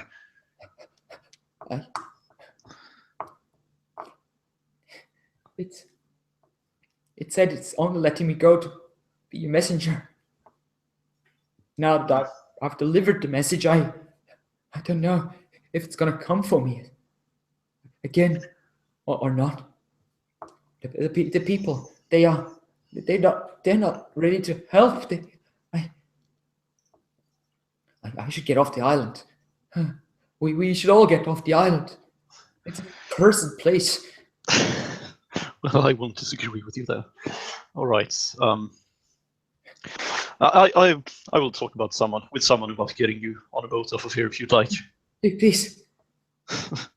Okay. Well, for now, I'll leave you with the lady outside. She's been kind to me. There's something wrong with my head ever since I talked. I heard the voice. It's like everything's. My eyes. I don't know.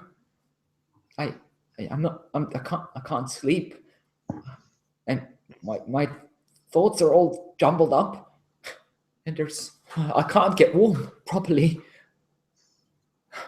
It's like all this color has disappeared.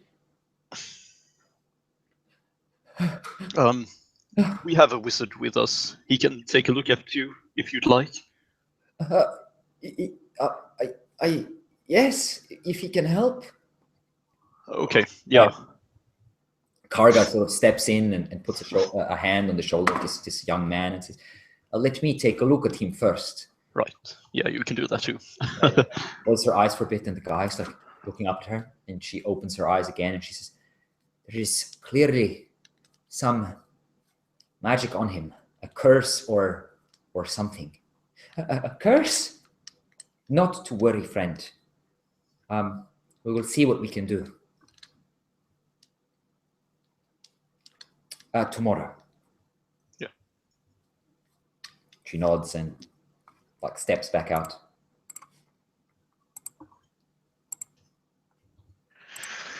Checking what kind of spells Karga has real quick.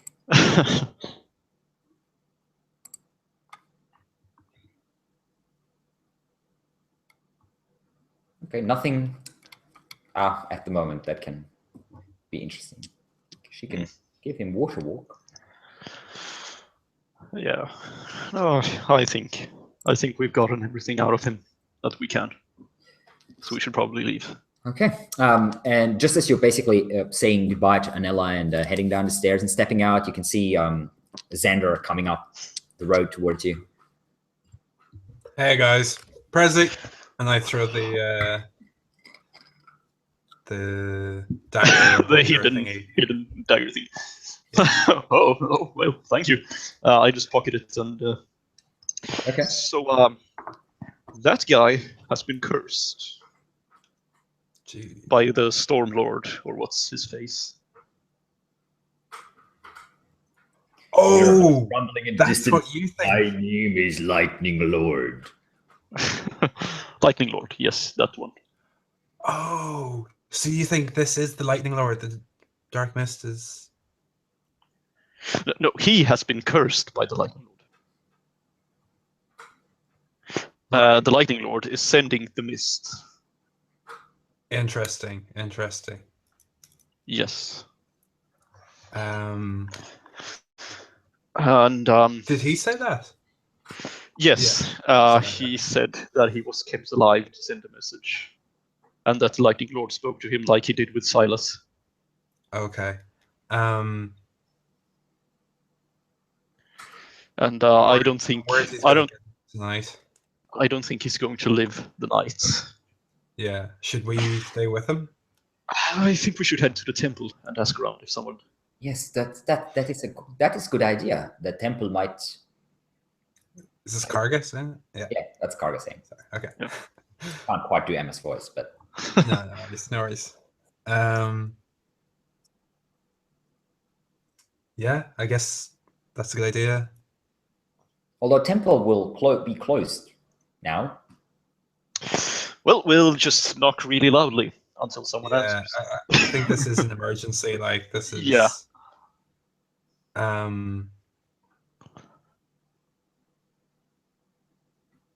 Okay. Yeah.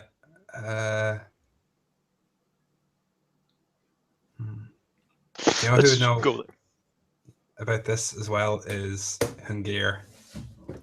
I think. Yeah, I don't think he'll make it to Hungir. Oh yeah, no, I don't think we should take him to Hungir, but I think Hungir is going to be our next kind of. Yeah. Okay. Yeah. I'm going to have information on who keeps pigeons at 3:00 tonight. So hopefully they won't have packed up and headed out before then. Yep. Well, let's head over to the temple then, shall we? That sounds like a good plan. Which temple? They're both next to each other, aren't they? They're sort of close, yeah. Yeah. Well, one was like the temple for. There's one that is the temple of the Raven Queen. That's sort of on the further south, very close to the wall itself, and where the cemetery. And then there's one that's like a shared temple of Pelor and Moradin, slightly up a bit more north. I think we'll go to the Pillar Temple, right? Okay.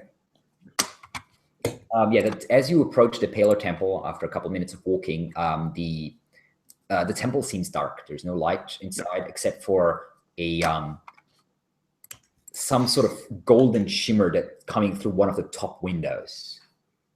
Okay. So like a slight shimmer of light. Well, I'm gonna approach the gate and knock as loud as I can. Okay, you just on the gate. You wait for a bit, then knock again, and you can hear a voice saying from inside, yes, give me a second, I'll be right with you.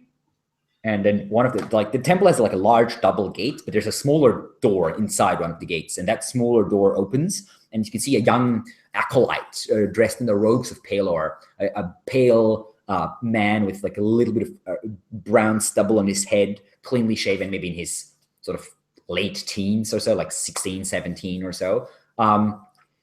He looks out at you, holding a small lantern in his hand, adorned with like the sun symbols of Palor, and says, can I help you? It's very late. Yes, sorry for the hour. This is a bit of an emergency. Do you have anyone here capable of removing curses? Curses? Yes, magical curses, not the superstitious kind. Isn't that the same? Anyway, is one of you cursed? No, not one of us. He pointed at you. He's like, you're. No, that was a very long time ago. It has nothing to do with the present, right? It's someone else. Right. Well, I mean, it depends. Only Father Ignatius has a strong enough magic, if the curse is of any significant power, to remove it. All right. Is he present? Well, I mean, he lives here, so yes, he is present. However, he's a very old man, and we do not like to disturb him if it is not a life and death situation. Is it? It might be. Well, I will go wake up Father Ignatius then, and I'm afraid he's a bit too frail to travel. So, if you could bring whoever is cursed here, that would make it much easier for all of us. All right. Yeah, we'll do that. Right. You don't have any further information I can share with Father Ignatius before you return? It's in a demigod placed this cursed. A demigod? Yes, of some kind, at least. We know he's very powerful. What kind of demigod? I mean, if it's a god, it's not a god. We just know it's very powerful. I nudge Karga and we head off while okay. Yeah. Cleophas is like scaring this young man. Okay. We don't know what exactly it is. Right. Well, I'm hoping he's taken out a small notebook, put down the lantern, and starting to take a few notes. And who is this man that was cursed? One of the Lion Keep survivors. Does this have to do with the mists? It does. Oh. I see. Well, I will make sure he puts away the notebook. I will make sure that Father Ignatius knows about it.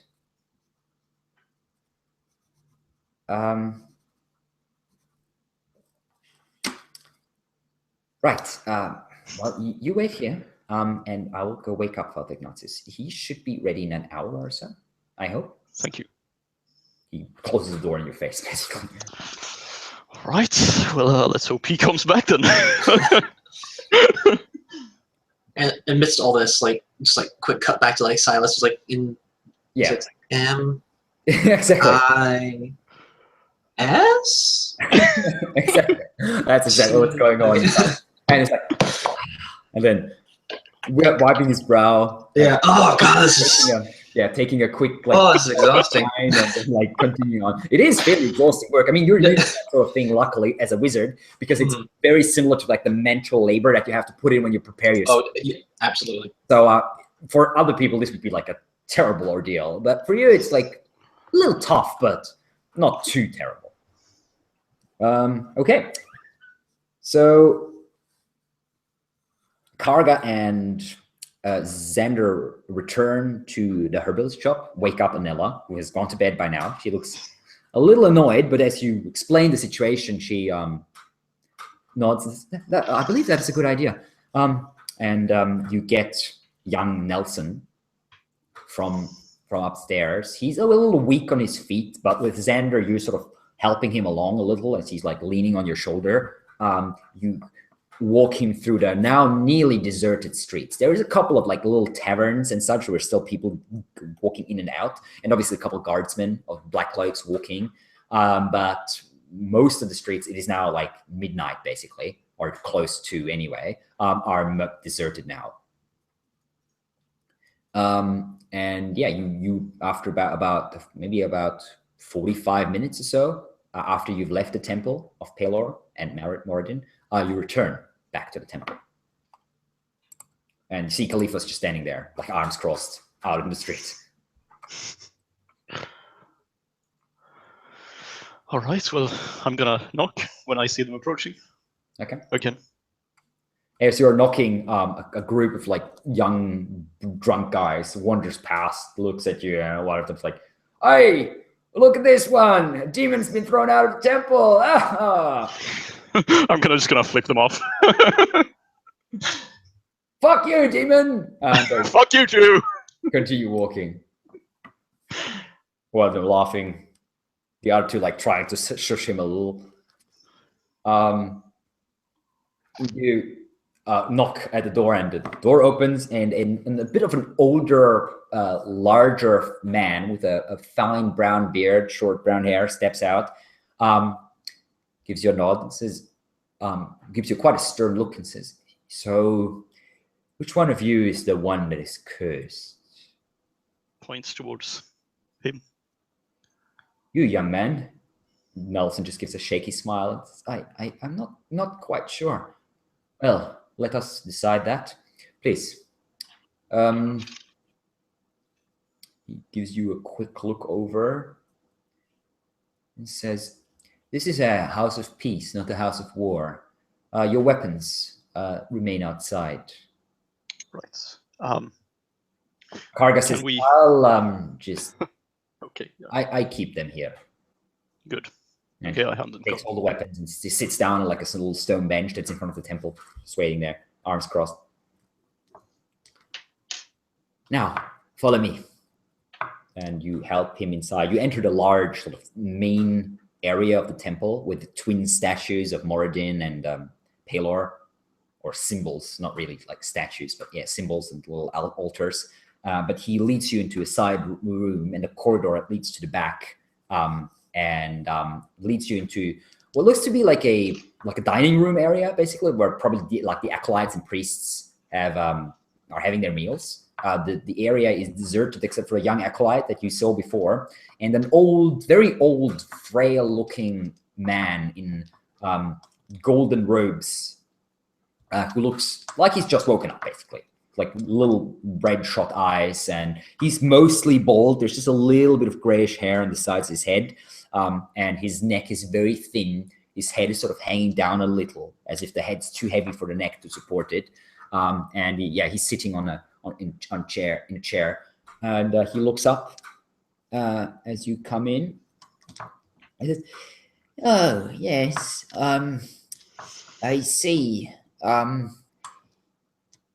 Father, this one is this young man is the one who's supposed to be cursed."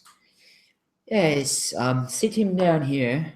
And he points at the chair opposite him. Nelson sits down. "Now, you said something about the black mist, yes?" Yes. "Tell me, what exactly is going on here? The more information I have, the better I can help." Can you tell him don't leave out the gritty details. Just tell him what's happened, and I. Oh, you're saying this to Nelson? Yeah, he Yeah. basically says, "We've been at the line keep, and we've been attacked by the black mist.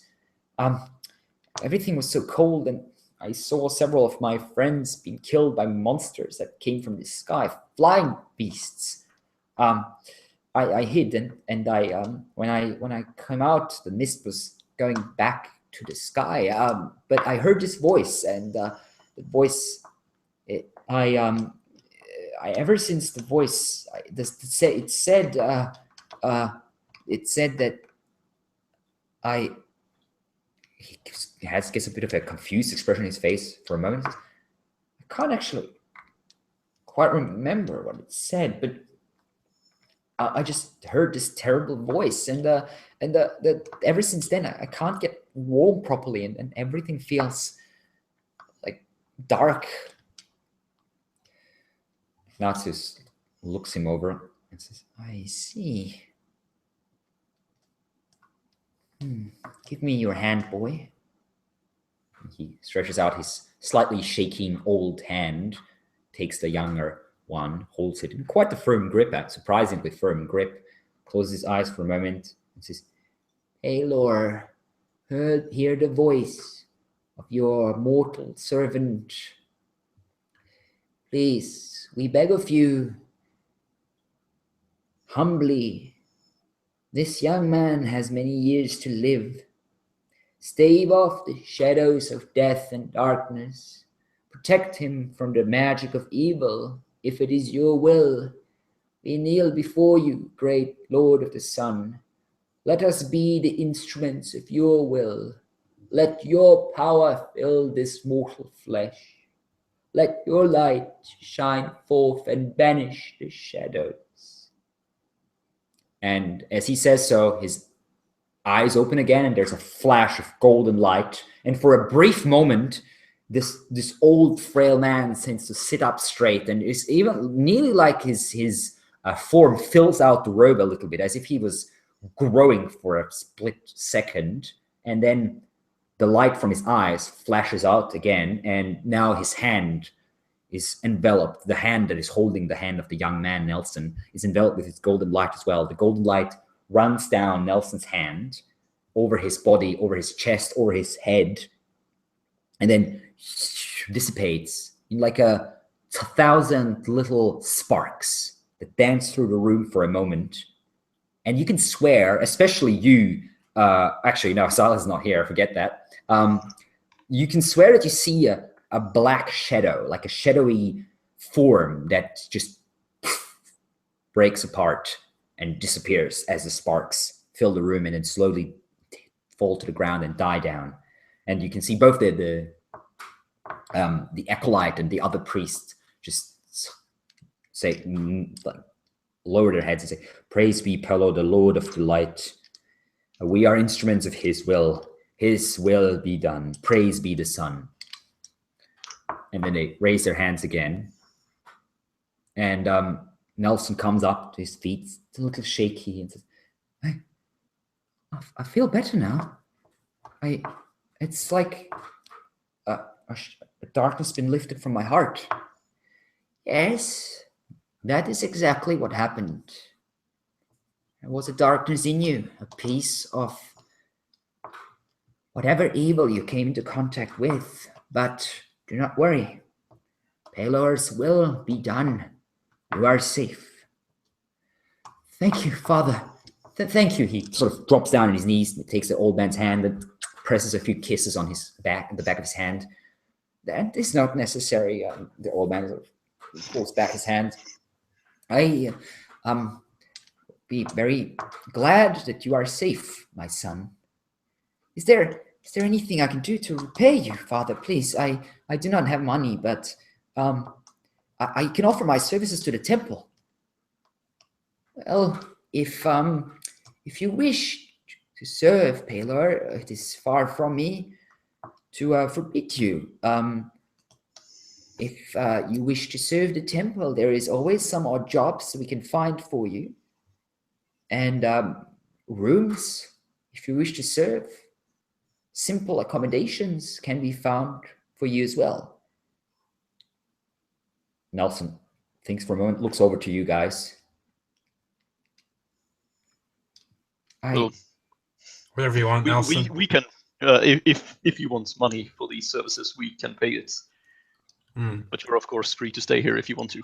I think I will stay here for at least a few weeks. I feel it's my duty to do that after this miracle. Yes, that is good. A buyer here will instruct you. We'll find you a bed and have a good night's sleep. Have some good food. Have a good night's rest tomorrow. The day after tomorrow, you will be given some simple chores. We are glad to have you, young man. What is your name, by the way? Nelson, Father. My name's Nelson. A good name. We're glad to have you, Nelson. And you. Thank you for bringing this young man to us. I'm not sure how long he would have lived otherwise. Thank you for helping us. Nelson sort of says, yes. Thank you as well. I owe you. If I'll pay you back as well somehow. While we're here, do you have any holy water or blessed oil? The middle-aged priest takes Nelson, leads him out of the room. He just gives you a nod, waves goodbye real quick. Father Ignatius looks at you and says, "Holy water? Of course we have holy water. Are you in need of such a thing?" Yeah, I could do some holy water or holy blessed oil or something. I think will be right. Well, we can. Or if you have any sort of symbol, perhaps that's particularly blessed. For a donation to the temple, we are happy to procure an amulet of the sun god for you. However, be warned, an amulet is just a toy. Only if your faith is strong will it protect you. However, we will also be able to offer you holy water. Yes, I'm sure we have a few flasks we could share. However, I am afraid that the ritual of the creation of holy water is quite expensive. Thus, we cannot give it away freely. I wouldn't expect it. Free. Happy to pay. So, how much would you need? For now, a single flask is enough. All right. And an amulet as well, or I won't bother with the amulet. I actually already have an amulet. So right, I see. Well then, for the flask, a flask of holy water comes to 25 gold. I give him 30. Thank you kindly. He looks at the acolyte. My son, please bring the gentleman what they require. And he nods and heads out, takes the gold and brings it away, takes it away. And as he leaves, the priest turns to you and says, "Now, tell me, what is this story about the black mist and power that's cursing soldiers? I have heard that the Lion Keep was attacked, but most people here hesitate to speak of it. What do you know?"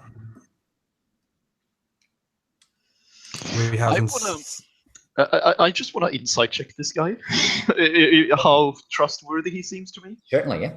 Yeah. Insight there. Nope. Not entirely sure. I mean, there's something in you instinctively distrusting priests, but then that might just be in your blood.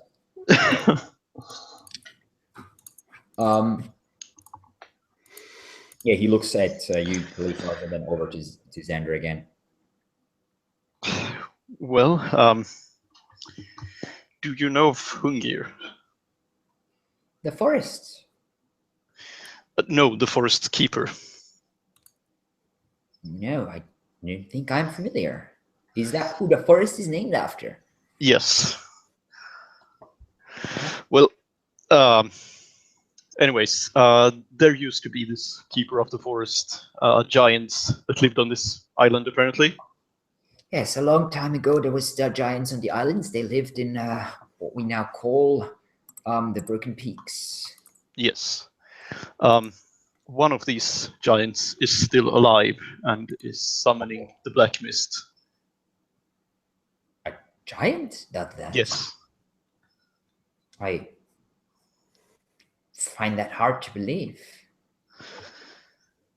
Well, that's the information we was given by Hunger, who's also a giant. I have not heard of any giants capable of wielding powerful magic. As such, surely this black mist requires some dark, powerful magical evil. Yes. Silas, if you wanna. No, Silas isn't here, right? Yeah, Silas is not here. Right. Sorry. Fuck. Yeah. Otherwise, I would have inside checks. Also, you're a robot. Screen split. Silas was just sitting there, looks up for a moment, and then like goes back to writing. Silas, Kevin, you're a robot. All right. Anyways, one of our companions had a run-in as well with this. He saw this giant that is behind the mist? No, he spoke with him like our friend over here did.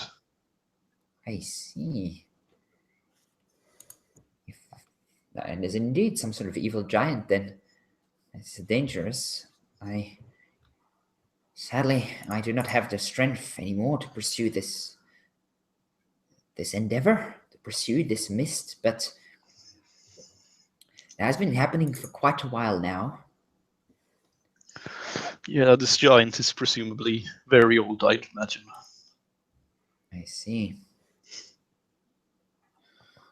Well, I do not know what we can do. I mean, if I was 30 years younger, I would be happy to help you. Maybe some of my old band can help. Oh, were you part of the band that fought the Necromancer in Broken Peaks, maybe? Yes, I was. Called us the Dusk Slayers, I believe, in the... What? This was a long time ago. Most of us have not aged well. I'm afraid. Yeah, we found a statue to one of your companions in Wondermere. Yes, Garen. He was a mighty man, brave. He fell in combat against the Necromancer. But we did not even manage to destroy his magic. It is still there in the Broken Peaks. He has called forth a people of old that lived on this island a long, long time ago. And I'm afraid their bodies, or what remains of them, are still slaves to this evil magic. There is only 2 others of my group alive. One is a woman, an oracle by the name of Giona Gilgalir. Is she the one in Wondermere as well? Yes, she lives in Wondermere. She has aged better than us. We've spoken to her already. Oh, you have? Yes. I see. The other one is a man, well, not much younger than myself, so I do not know how much help he can be to you. A wizard by the name of Zechariah. He was always a bit odd. I'm sorry to say, but he's not alive anymore. Or at least what we think. For that. What happened to him? He's been captured by the Bloodcliff pirates. By the Bloodcliff pirates? Yes. That is not good news. He was a good friend. I did not see him much over the last few years, but we caught up when we could. He was in town every few weeks. That is bad news. I had not seen him in over a month now. I was starting to get a little worried. That is very bad news. What is this island coming to? Well, something's gonna happen soon. Something bad, I can tell you that. I would not be surprised. The darkness has been growing over the last years. The mists were coming more frequently. Yeah. Usually they only appeared once a year, maybe once every few years, but now nearly every month. What happens if they strike once a week? Then every day there will be not a single space on this island that is safe from their grasp. Well, that's hopefully what we're here to prevent. Oh, I see.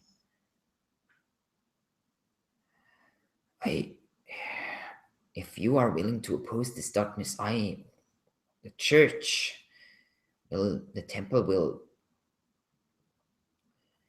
try to provide as much help as they can, as we can. I do not know how much it is, though. Information, certainly. Healing magic, if you need it, and such.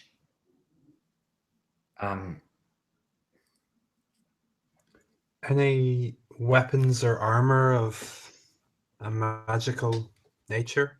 I'm afraid we are not warriors here. But your group, the Dusk Slayers, did they have anything? Well, not that I can think of. I mean, Zechariah had his staff. Yeah, all of these things have been taken. Shionia has a wand. Garon's weapons and armor, they were very well made, but as far as I know, not magical. They are interred with him, or what remains of him, near Wondermere. And Ventina, I do not think there is anything left of her. What happened to her? She died in the fighting with the necromancer.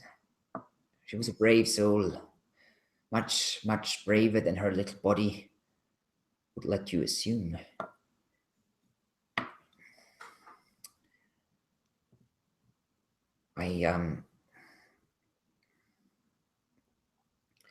Well, I mean, I have my old armor. I do not know if any of you would be able to take it and wear it. None of us are particularly of the faith, so if it has anything to do with that. You do not need to be of the faith to use it. This divine magic surrounds it. It's not very powerful as such, but I enchanted it myself during my better years. It is within the temple. I did not think that I would find anyone to wear it, but now it is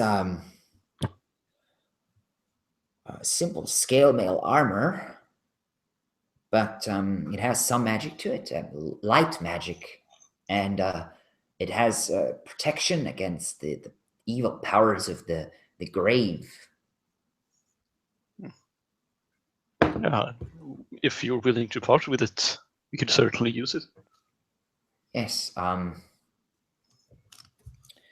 I would be. We need to speak more of this issue, though. Let me sleep on it, and we will talk more tomorrow. Return around noon or so. We'll speak more. Yeah. Thank you for your time and your help this evening. Of course. Well, thank you. Right. The young acolyte sort of he's been standing in the room behind you for a couple of minutes, and he's like, I can lead the men out if you desire, Father. Yes, please do so. They will return tomorrow. Lead them to me if you see them at high sun after our prayer. Yes, Father, of course. Please, shall we? Yeah. So he leads you out the same way. So the corridor to the front gate, and opens a little gate to the large, bigger gate, and and says, may the sun light your path, and closes the door behind you. And Karga stands up and says, and everything all right? Yeah, everything's fine now. It's all right. You basically feel her in, I'm guessing, on the way back. It is now about maybe 1 o'clock or so in the morning. Silas has gone to sleep. Fucking lazy fuck. Yeah. Well, he's doing wizardly things. He's researching shit. Yeah. I was gonna say, like, grumbles when Xander comes in the room, but he probably wouldn't hear it. So you return back to the red maiden. I think we should get drunk, go wake up Silas, and then head pigeon hunting.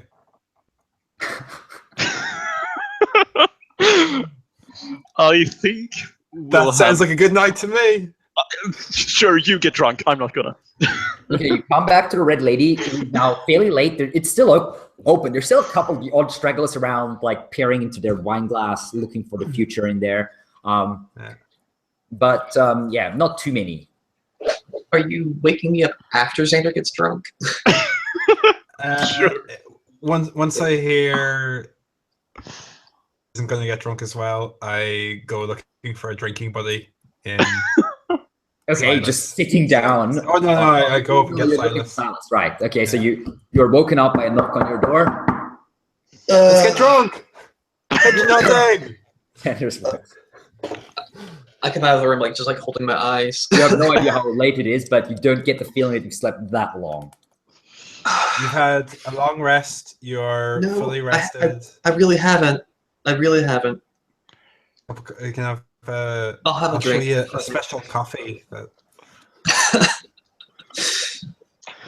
Yeah, we have to go pigeon hunting, and I don't want to leave you. Okay, so yeah, I'm guessing Silas gets dressed real quick. Yeah, not as well. I guess he doesn't really have much option in clothes, but but like we do want to go pigeon hunting tonight, yeah. Yeah, and also ask your friend where the pigeons are. Oh yeah, no, that's only in there. We have to wait until 3 o'clock, but yeah. So you have a good 2 hours to kill. Yeah. Yep. Silas is drinking, but not heavily. I'm just getting tipsy. Just grab some shut eye before. Calipus is gonna also try and sleep a bit. Okay. And I just kind of asked Xander about what they were doing. Oh yeah, I explained. Get filled in. Yeah, you get filled in. It's a pretty long story, actually. It probably takes him like half an hour to retell you everything. Yeah. Dusk Slayers, man. They're alive. That's so cool. I wonder what was behind that door. It was probably his old. I wonder if his staff was back there. Oh, shit. Yeah. We'll head back there at some point, but for sure. Yeah. So I guess we're just drinking until 3. Oh, did you mention the Fight Club thing as well? Yeah, I tell you that I'm planning on, I'm absolutely in. Yeah. Everyone, shit got a little serious there for a while, so I didn't want to bring it up. Right. Yeah. Yeah. So this is in for going and betting on fights. Yeah. Sounds like a good night. How do we cheat on that? Is it very just carefully? Yeah. Tell you, look, I've got a good sense for how things might turn out sometimes. Oh yeah. If we're lucky. I remember. Basically, the way that works is, it is like you tell us it's happening, or yeah. I'll get because I remember when we were fighting the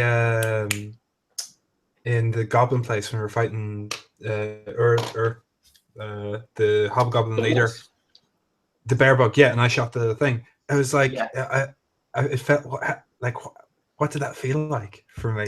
I mean, sometimes it's like when I wake up first thing in the morning, and it's like this whole.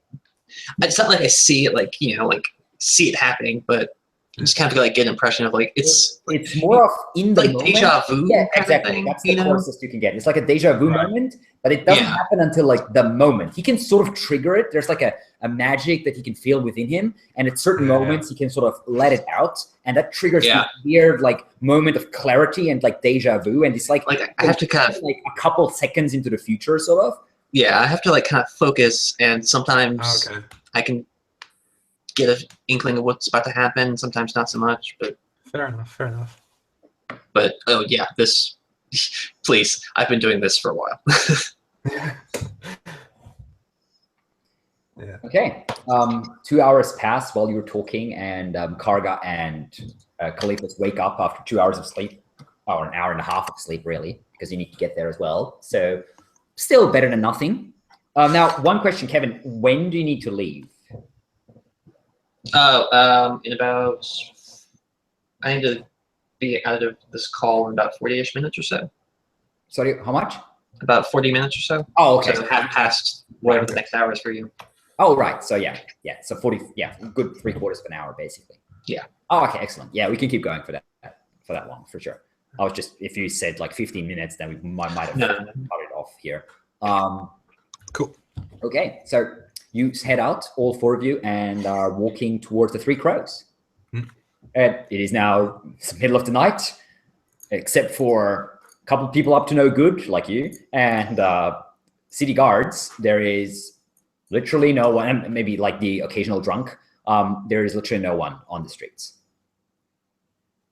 Okay, so I guess for the sake of brevity, I just go up to Eric and see what's up. As you enter in, there's not many people. There's like still about a dozen or so people around, sitting in small groups talking. This is more of a night crowd sort of thing. People that like to sleep during the day, I guess.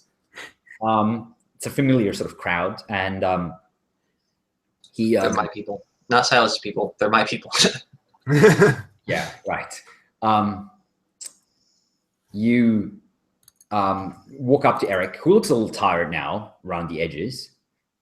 He looks up to you, and he says, "Oh, you're back. You're looking for your information, yes?" I am indeed. You do realize he's a little nervous for some reason. Can I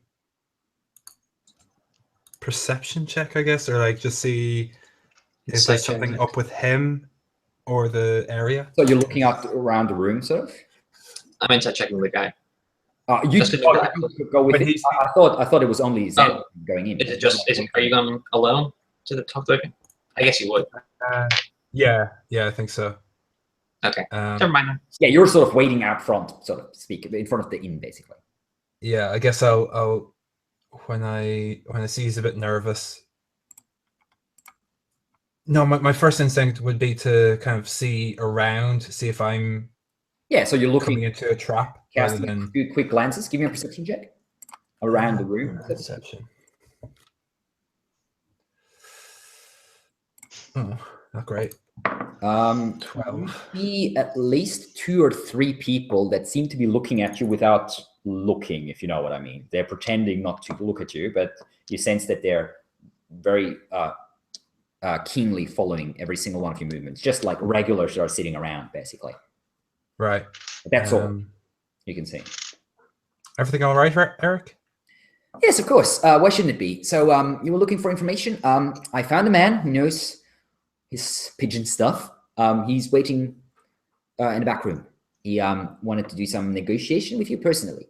I'm afraid you might have to pay a little extra. I'm not quite sure. And I kind of... That's grand. Well, you paid for quick results, so quick results. Yeah. So he knows this guy. Who is he? What's his name? Oh, you know. We don't deal in names. Yeah. He knows about pigeons, is what you're telling me. Yeah, he has the information that you're looking for.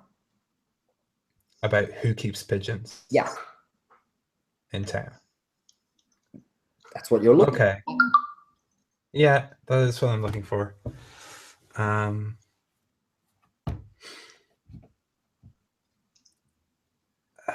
God, I really wish we had sorted out those earrings sooner. Too bad.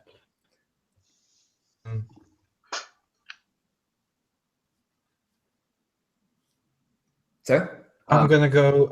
That's grand. I have up 3 drinks, and I didn't realize it would be such a long time. I'll just let my compatriots know that, and they can come in and have a drink. Right, of course. 3 drinks, you said? 3 drinks for them, yeah, and 1 for me as well, I guess. Right. So just beer. I go and tell the guys. I'm a little bit nervous, and I'm going to go into a back room and talk to someone in basically the murder bar. So I'd really like basically murder bar. So if you guys can come in and like sit and be just drinking, and do you want me to check in with you every couple minutes or so? Make sure you're still good.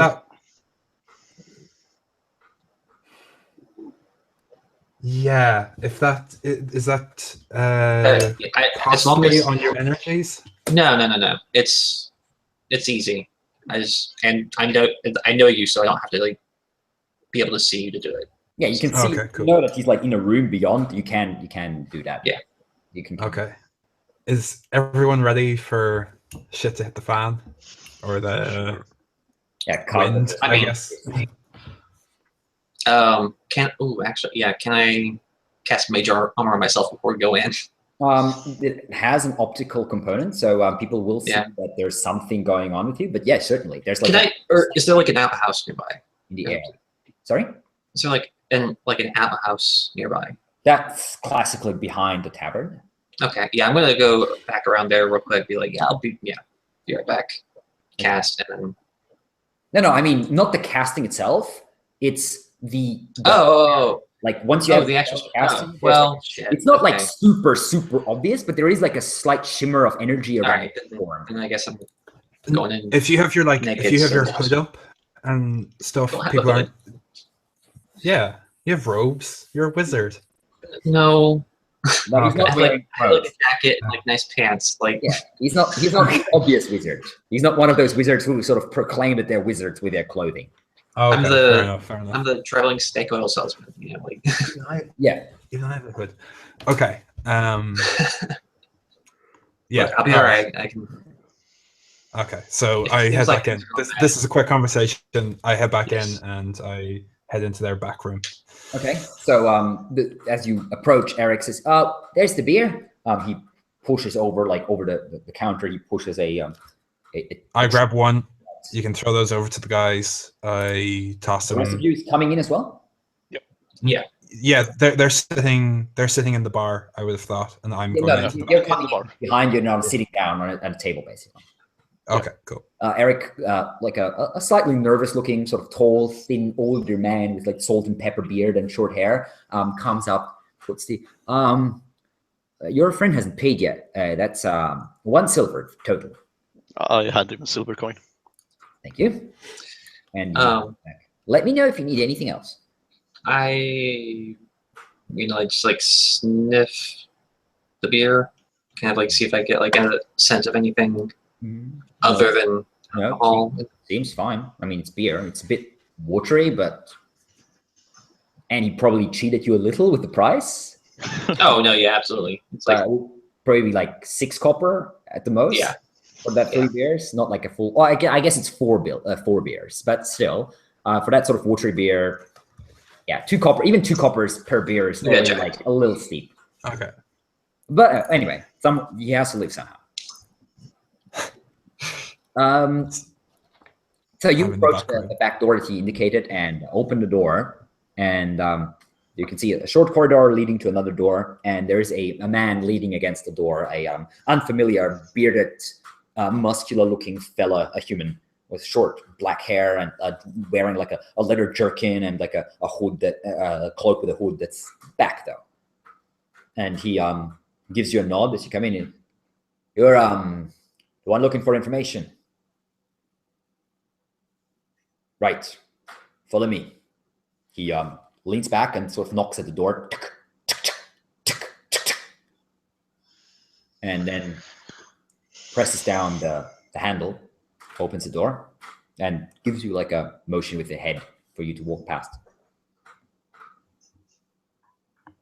While this is happening, you guys see two men standing up and walking to the back door that Xander just disappeared in like half a minute ago, and also walking in.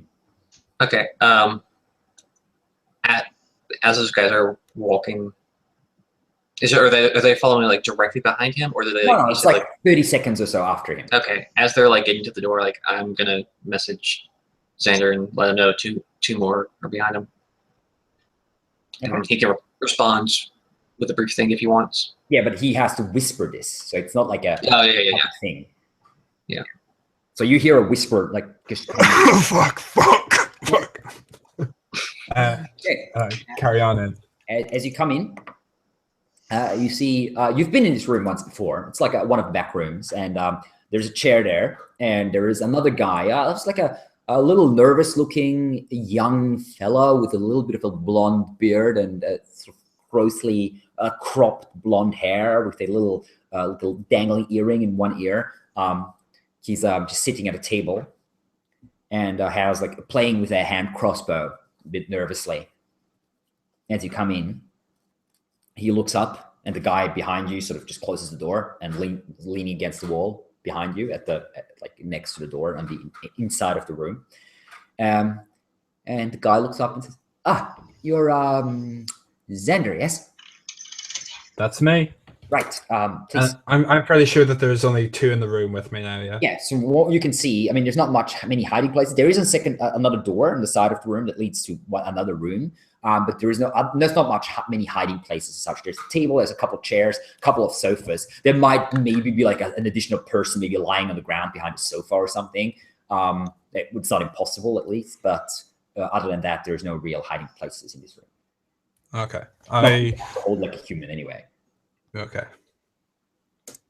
Yeah, I'm looking for people that keep pigeons. Right. I'm aware of that. He looks around.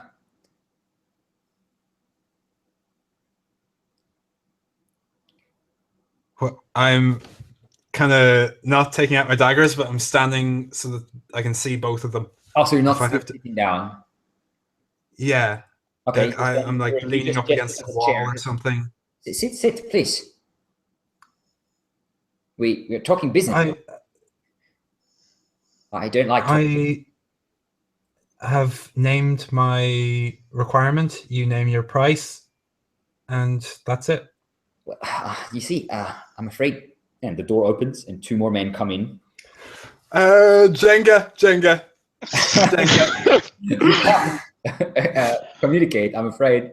Okay. They're not like super aggressively moving towards you, but they are standing in the room threateningly and put like hands on daggers and short swords. And the guy, the thin guy with the hand crossbow who's sitting said, I'm afraid things are not quite as easy.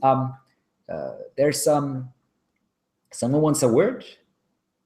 And as he says that, the second door opens up, swings inward, and out comes a wall of blackness, basically. It's like a dark black cloud pushing into the room. And then stop. Has it been about like a minute-ish? Yeah, sort of. Okay. Can I message him again? Sure. Like, everything still good? No. I slap Cleopas on the shoulder. It's like, we're going.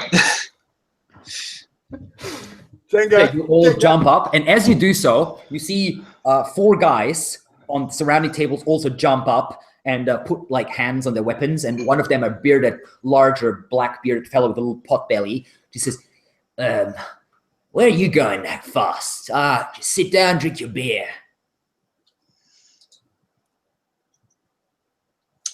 I'm gonna mage armor myself. Okay, the other people in the room are standing up and moving out of the way, so to speak, towards the walls, and a couple of just slipping out the front door. And Eric is just looking down behind the counter. I'm just gonna tell him we just want to go check on our friends. Stand aside. Sit the fuck down, drink your beer. He's talking. You don't want to barge in. That would be terribly rude. While this is happening, you, Xander, hear a voice that you have heard before, a female voice that sounds like a child, basically. And the voice comes from the darkness, from this black ink. And the voice says, "We had a deal, I believe.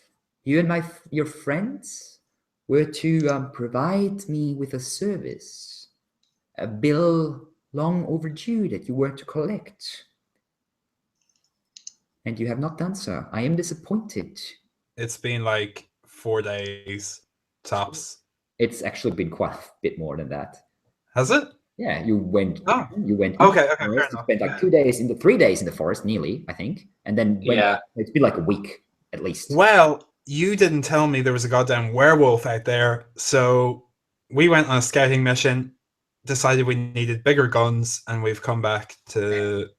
As you say that, you see the people around you starting to get nervous and slowly moving back away from you. There's silence coming from the darkness for a bit, and then the voice says, "You have returned to my city, and you are seeking to buy the information that I was prepared to offer you in trade. I cannot help but think that you might have decided to break our contract. I do not like it when people make deals and are not prepared to hold them." We agreed that if we did something, we would get information from you. We didn't have a contract. This isn't how things are done here. We don't write things down. I decide how things are done here.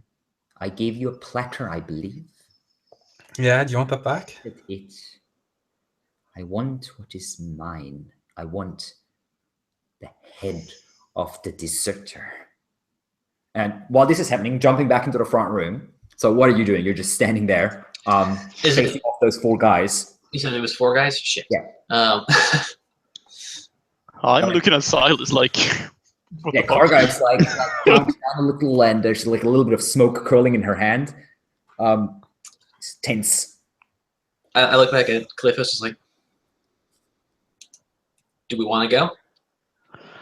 Check on him again? Sorry? I'll... I would recommend it. Your friend would probably not be too happy with you if you started trouble. Okay, I'll message Xander again. It's how bad is it in there? Can I respond to him as if I'm... respond in a whisper, basically. But they can't hear the whisper, but they can see your lips moving, basically. Yeah. Can I just respond to him as if I'm talking to Lady Redeye? You can try. I'm going to try, and can I just be talking about the contract? Sure, what do you want to say? Well, Lady Redeye, I strongly feel that we didn't have a contract. Give me a deception check. This is what I do. Well, we'll see. This might be the last time. Oh! Yes! Yes! Sorry. She quiet for a while, and obviously Silas hears these words as well. And I'm a little confused for a moment. I'm like, oh shit, okay. I'm gonna wait a little bit longer. Okay. She says, I'm not sitting down, but Okay, you're just there's just this standoff, this tense, everyone like fingering their weapons, just staring at each other. Those 4 guys, they don't look super confident, by the way. Like, they look ready for violence, but they don't look like, oh, we're gonna take them easily or anything like that. Because at least 2 of you are rather formidable. And it's not a matter of like, can we win? It's a matter of like, can we do this without killing anybody? Yeah, I know. I'm just saying. Yeah, they're definitely like criminals, but they don't look like super hardened killers or anything like that. Just don't want to burn too many bridges. You hear there's quiet for a bit and says, well, I'm afraid you are mistaken. We had a contract. And as I said, I cannot help but feel that you chose not to fulfill it, which is very disappointing. You didn't tell me about a werewolf. That's I know nothing of a werewolf. Kane is not a werewolf. Kane is Bezzy's with a werewolf. And is he now? Yes. They call him the Alpha. His name is Hesbros. And he is leader of werewolf. Yes. One of the guys behind you, like, isn't that that murderer from Owl Lake? Yeah, and how did he murder people? He one of the others ripped them apart. Yeah, people. I heard of that too. He fled into the forest. They couldn't catch him. That fucking explains a lot. And then the voice just says, quiet. And all the guys are like, stop talking. Like, and so we ran into some pirates. I can only presume you've already heard that we have taken some pirates prisoner and they are back here. Yes, we have heard. We became concerned that your contact, or I didn't say that, the pirates' contact would flee once they got word of the capture. And so we were pressed for time and had to react. I see. Unfortunate circumstances indeed. Tell me, why should I not have your throat slit here, just right here? You have brought me some interesting information, but I'm afraid your life, they are not worthy enough to save your life. But maybe you have something else? Is there anything you can offer me in exchange? For my life? For time. You have taken a contract with me. People do not do that and decide not to fulfill it. I can give you another week.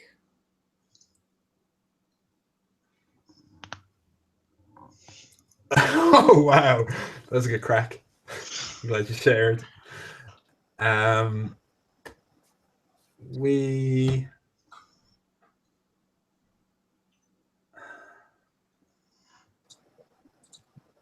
We have every intention. Sorry? We have every intention of. Oh my god, can I do this better? I feel like Xander would be better quick-witted than me. That's all right. He's under more stress than you are because it's his life on the line. So yeah.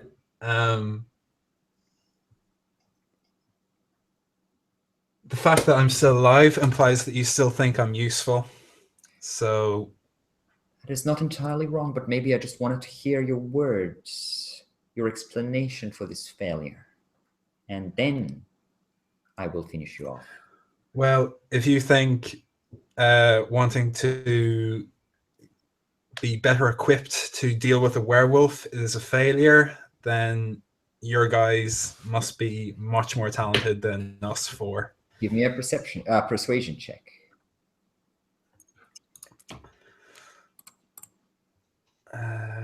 Persuasion. Okay. 16. There's a quiet a bit, and you can feel the men Otherwise, tensing, all like holding their weapons now, like waiting for a word to jump you, basically. And then you hear, very well. Your words have some truth to it. You have 1 more week, and we will sell you the information that you require. at the end of a week, you'll give us the We information. will give you the information tonight. Oh, 100, now you're talking. 100 gold coins.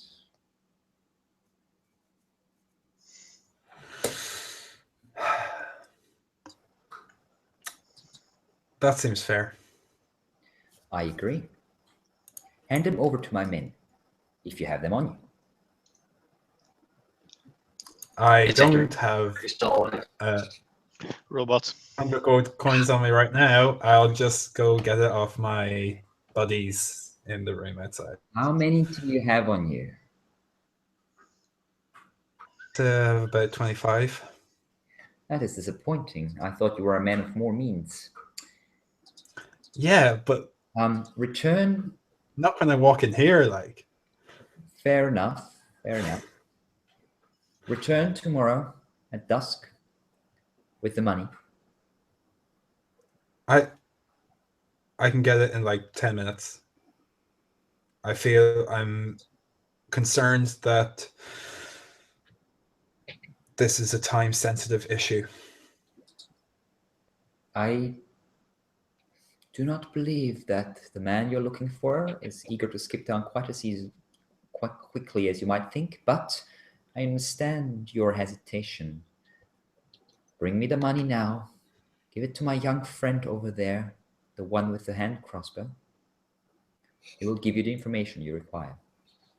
Okay. And the darkness retreats backwards. Can I perception check what the darkness is if I understand it some at sort all? of magical darkness. Okay. But you cannot see anything in it. It's pitch black. It's a cloud of black ink. And as the door slowly closes and the darkness recedes back into whatever is beyond the door, you just hear that eerie little girl voice speaking up one more time and say, 1 week. Do not disappoint me again. And then the door closes. And the other guys relax a little bit, and the one with the hand crossbow cracks a smile and says, oh, that went all right. No one did. So you're bringing the money or what? Did he say, I'm not dead? Yeah. No one is dead, he said. No one did. Oh, okay. Yeah. Yeah, none of you died. That was pretty lucky. Yeah, I'll bring it. I can bring it in like an hour if you want, or... Didn't you say something like 10 minutes to the mistress? Yeah. And 10 minutes it is. Okay. Just you, no one else. And keep your hands where we can see them while you're bringing the money. Okay. I head out to the group. Okay. Yeah, he comes back. 2 men just walking behind him, not super close, but like within striking distance if necessary. As he walks out, looking a little shaky and pale, one of the men, a bearded, larger fella, nods to the 4 men are sort of still standing there. It's all right. We reached an understanding. Sit down. The 4 like relax a little and like, all right then, and just sit back down.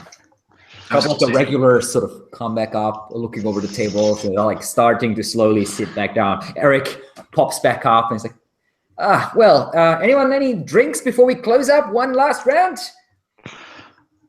And a couple of people. I lunge for him, just a bit of kind of intimidation. No, and I just walk over. I'm only doing it as I'm told. As we all are, really. I head over to the guys, and I guess, can we talk while I finish my beer? Yeah, you can sit down and talk quietly amongst yourselves. The 2 men are hovering close by, but not like within earshot if you talk quietly. There's like a maybe, I don't know, 15-foot distance or so. So they want 100 gold for the information now. What do you think? Quick question. I'm fine with that. Quick question. Why is everything? Why are they all on edge? What's going on? Oh, and I describe what happened, and I describe specifically if this magic darkness sounds like anything to Silas. Yeah. Does it ring any specific bells? Yeah, it could be a darkness spell. Okay. As such. Yeah, I figured as much. And I know you guys weren't overly excited about working for these people, and I know that. Yeah, Kargar just gives a nod and a grim-faced expression in. Yeah. Look, we can. Do you think is this a situation like Lady Redeye is the head of the snake, and we can? I think we're in the middle of there. If what you're implying here, we're in the middle of a snake nest. Okay. We're talking really quiet.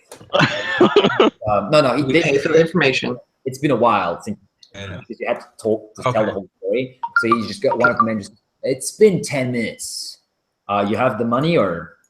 Yeah, I'm gonna have 100 gold pieces. Yeah, I'm sure I can. Yeah. I actually do have. Okay. 100 gold pieces on me, but I'll take 100 gold pieces. We'll discuss the rest later. Okay, so you pile up your money. One of the men walks up and says, "All right, well, we'll go back to talk, huh? Don't worry, you'll be safe. Yeah. And relax. But will you?" And then I just walk in.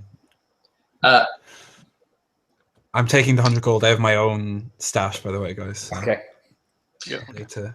The guy, as you walk past him, he looks over at the rest of you and he's like, "Cocky little bastard, isn't he?" I just smile at him. Thinks he's better because his ears are sort of pointy, yeah? Follows Xander. And you, yeah, the guy with the hand crossbow is now standing, looks a little nervous. But yeah, walks in and, you have the money. It's about time. And he holds out the hand. Yeah, I hand it to him. He takes it, pours a bit of it on the table, just looks through it. So looks about right. Now, the 3 men that have pigeons in the city, but the one you're looking for is called Nash. He's the owner of the Marinus store. You might have seen it, a large store in the harbor. I know it, yeah. He's the man you're looking for. He holds a large group of pigeons in his house, which is in Hightown. Not far from the guard barracks, in fact. Just a bit up the road.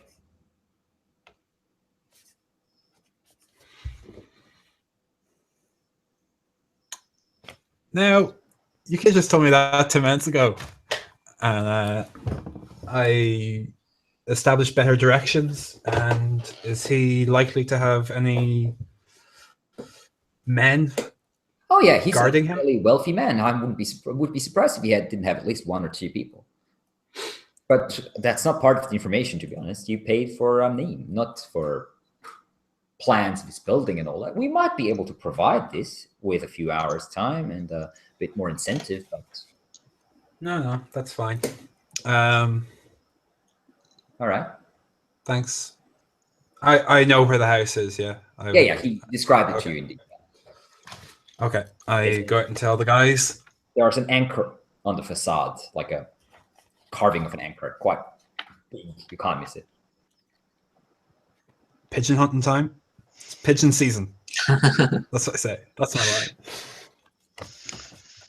my line. And do we go get some city guard and announce that we're going to make an arrest? I think we should try and speak with the captain of the guard. first. It's like 3:30 in the morning. Yeah. Let's go to bed. Have you told us everything that they just told us? Yeah.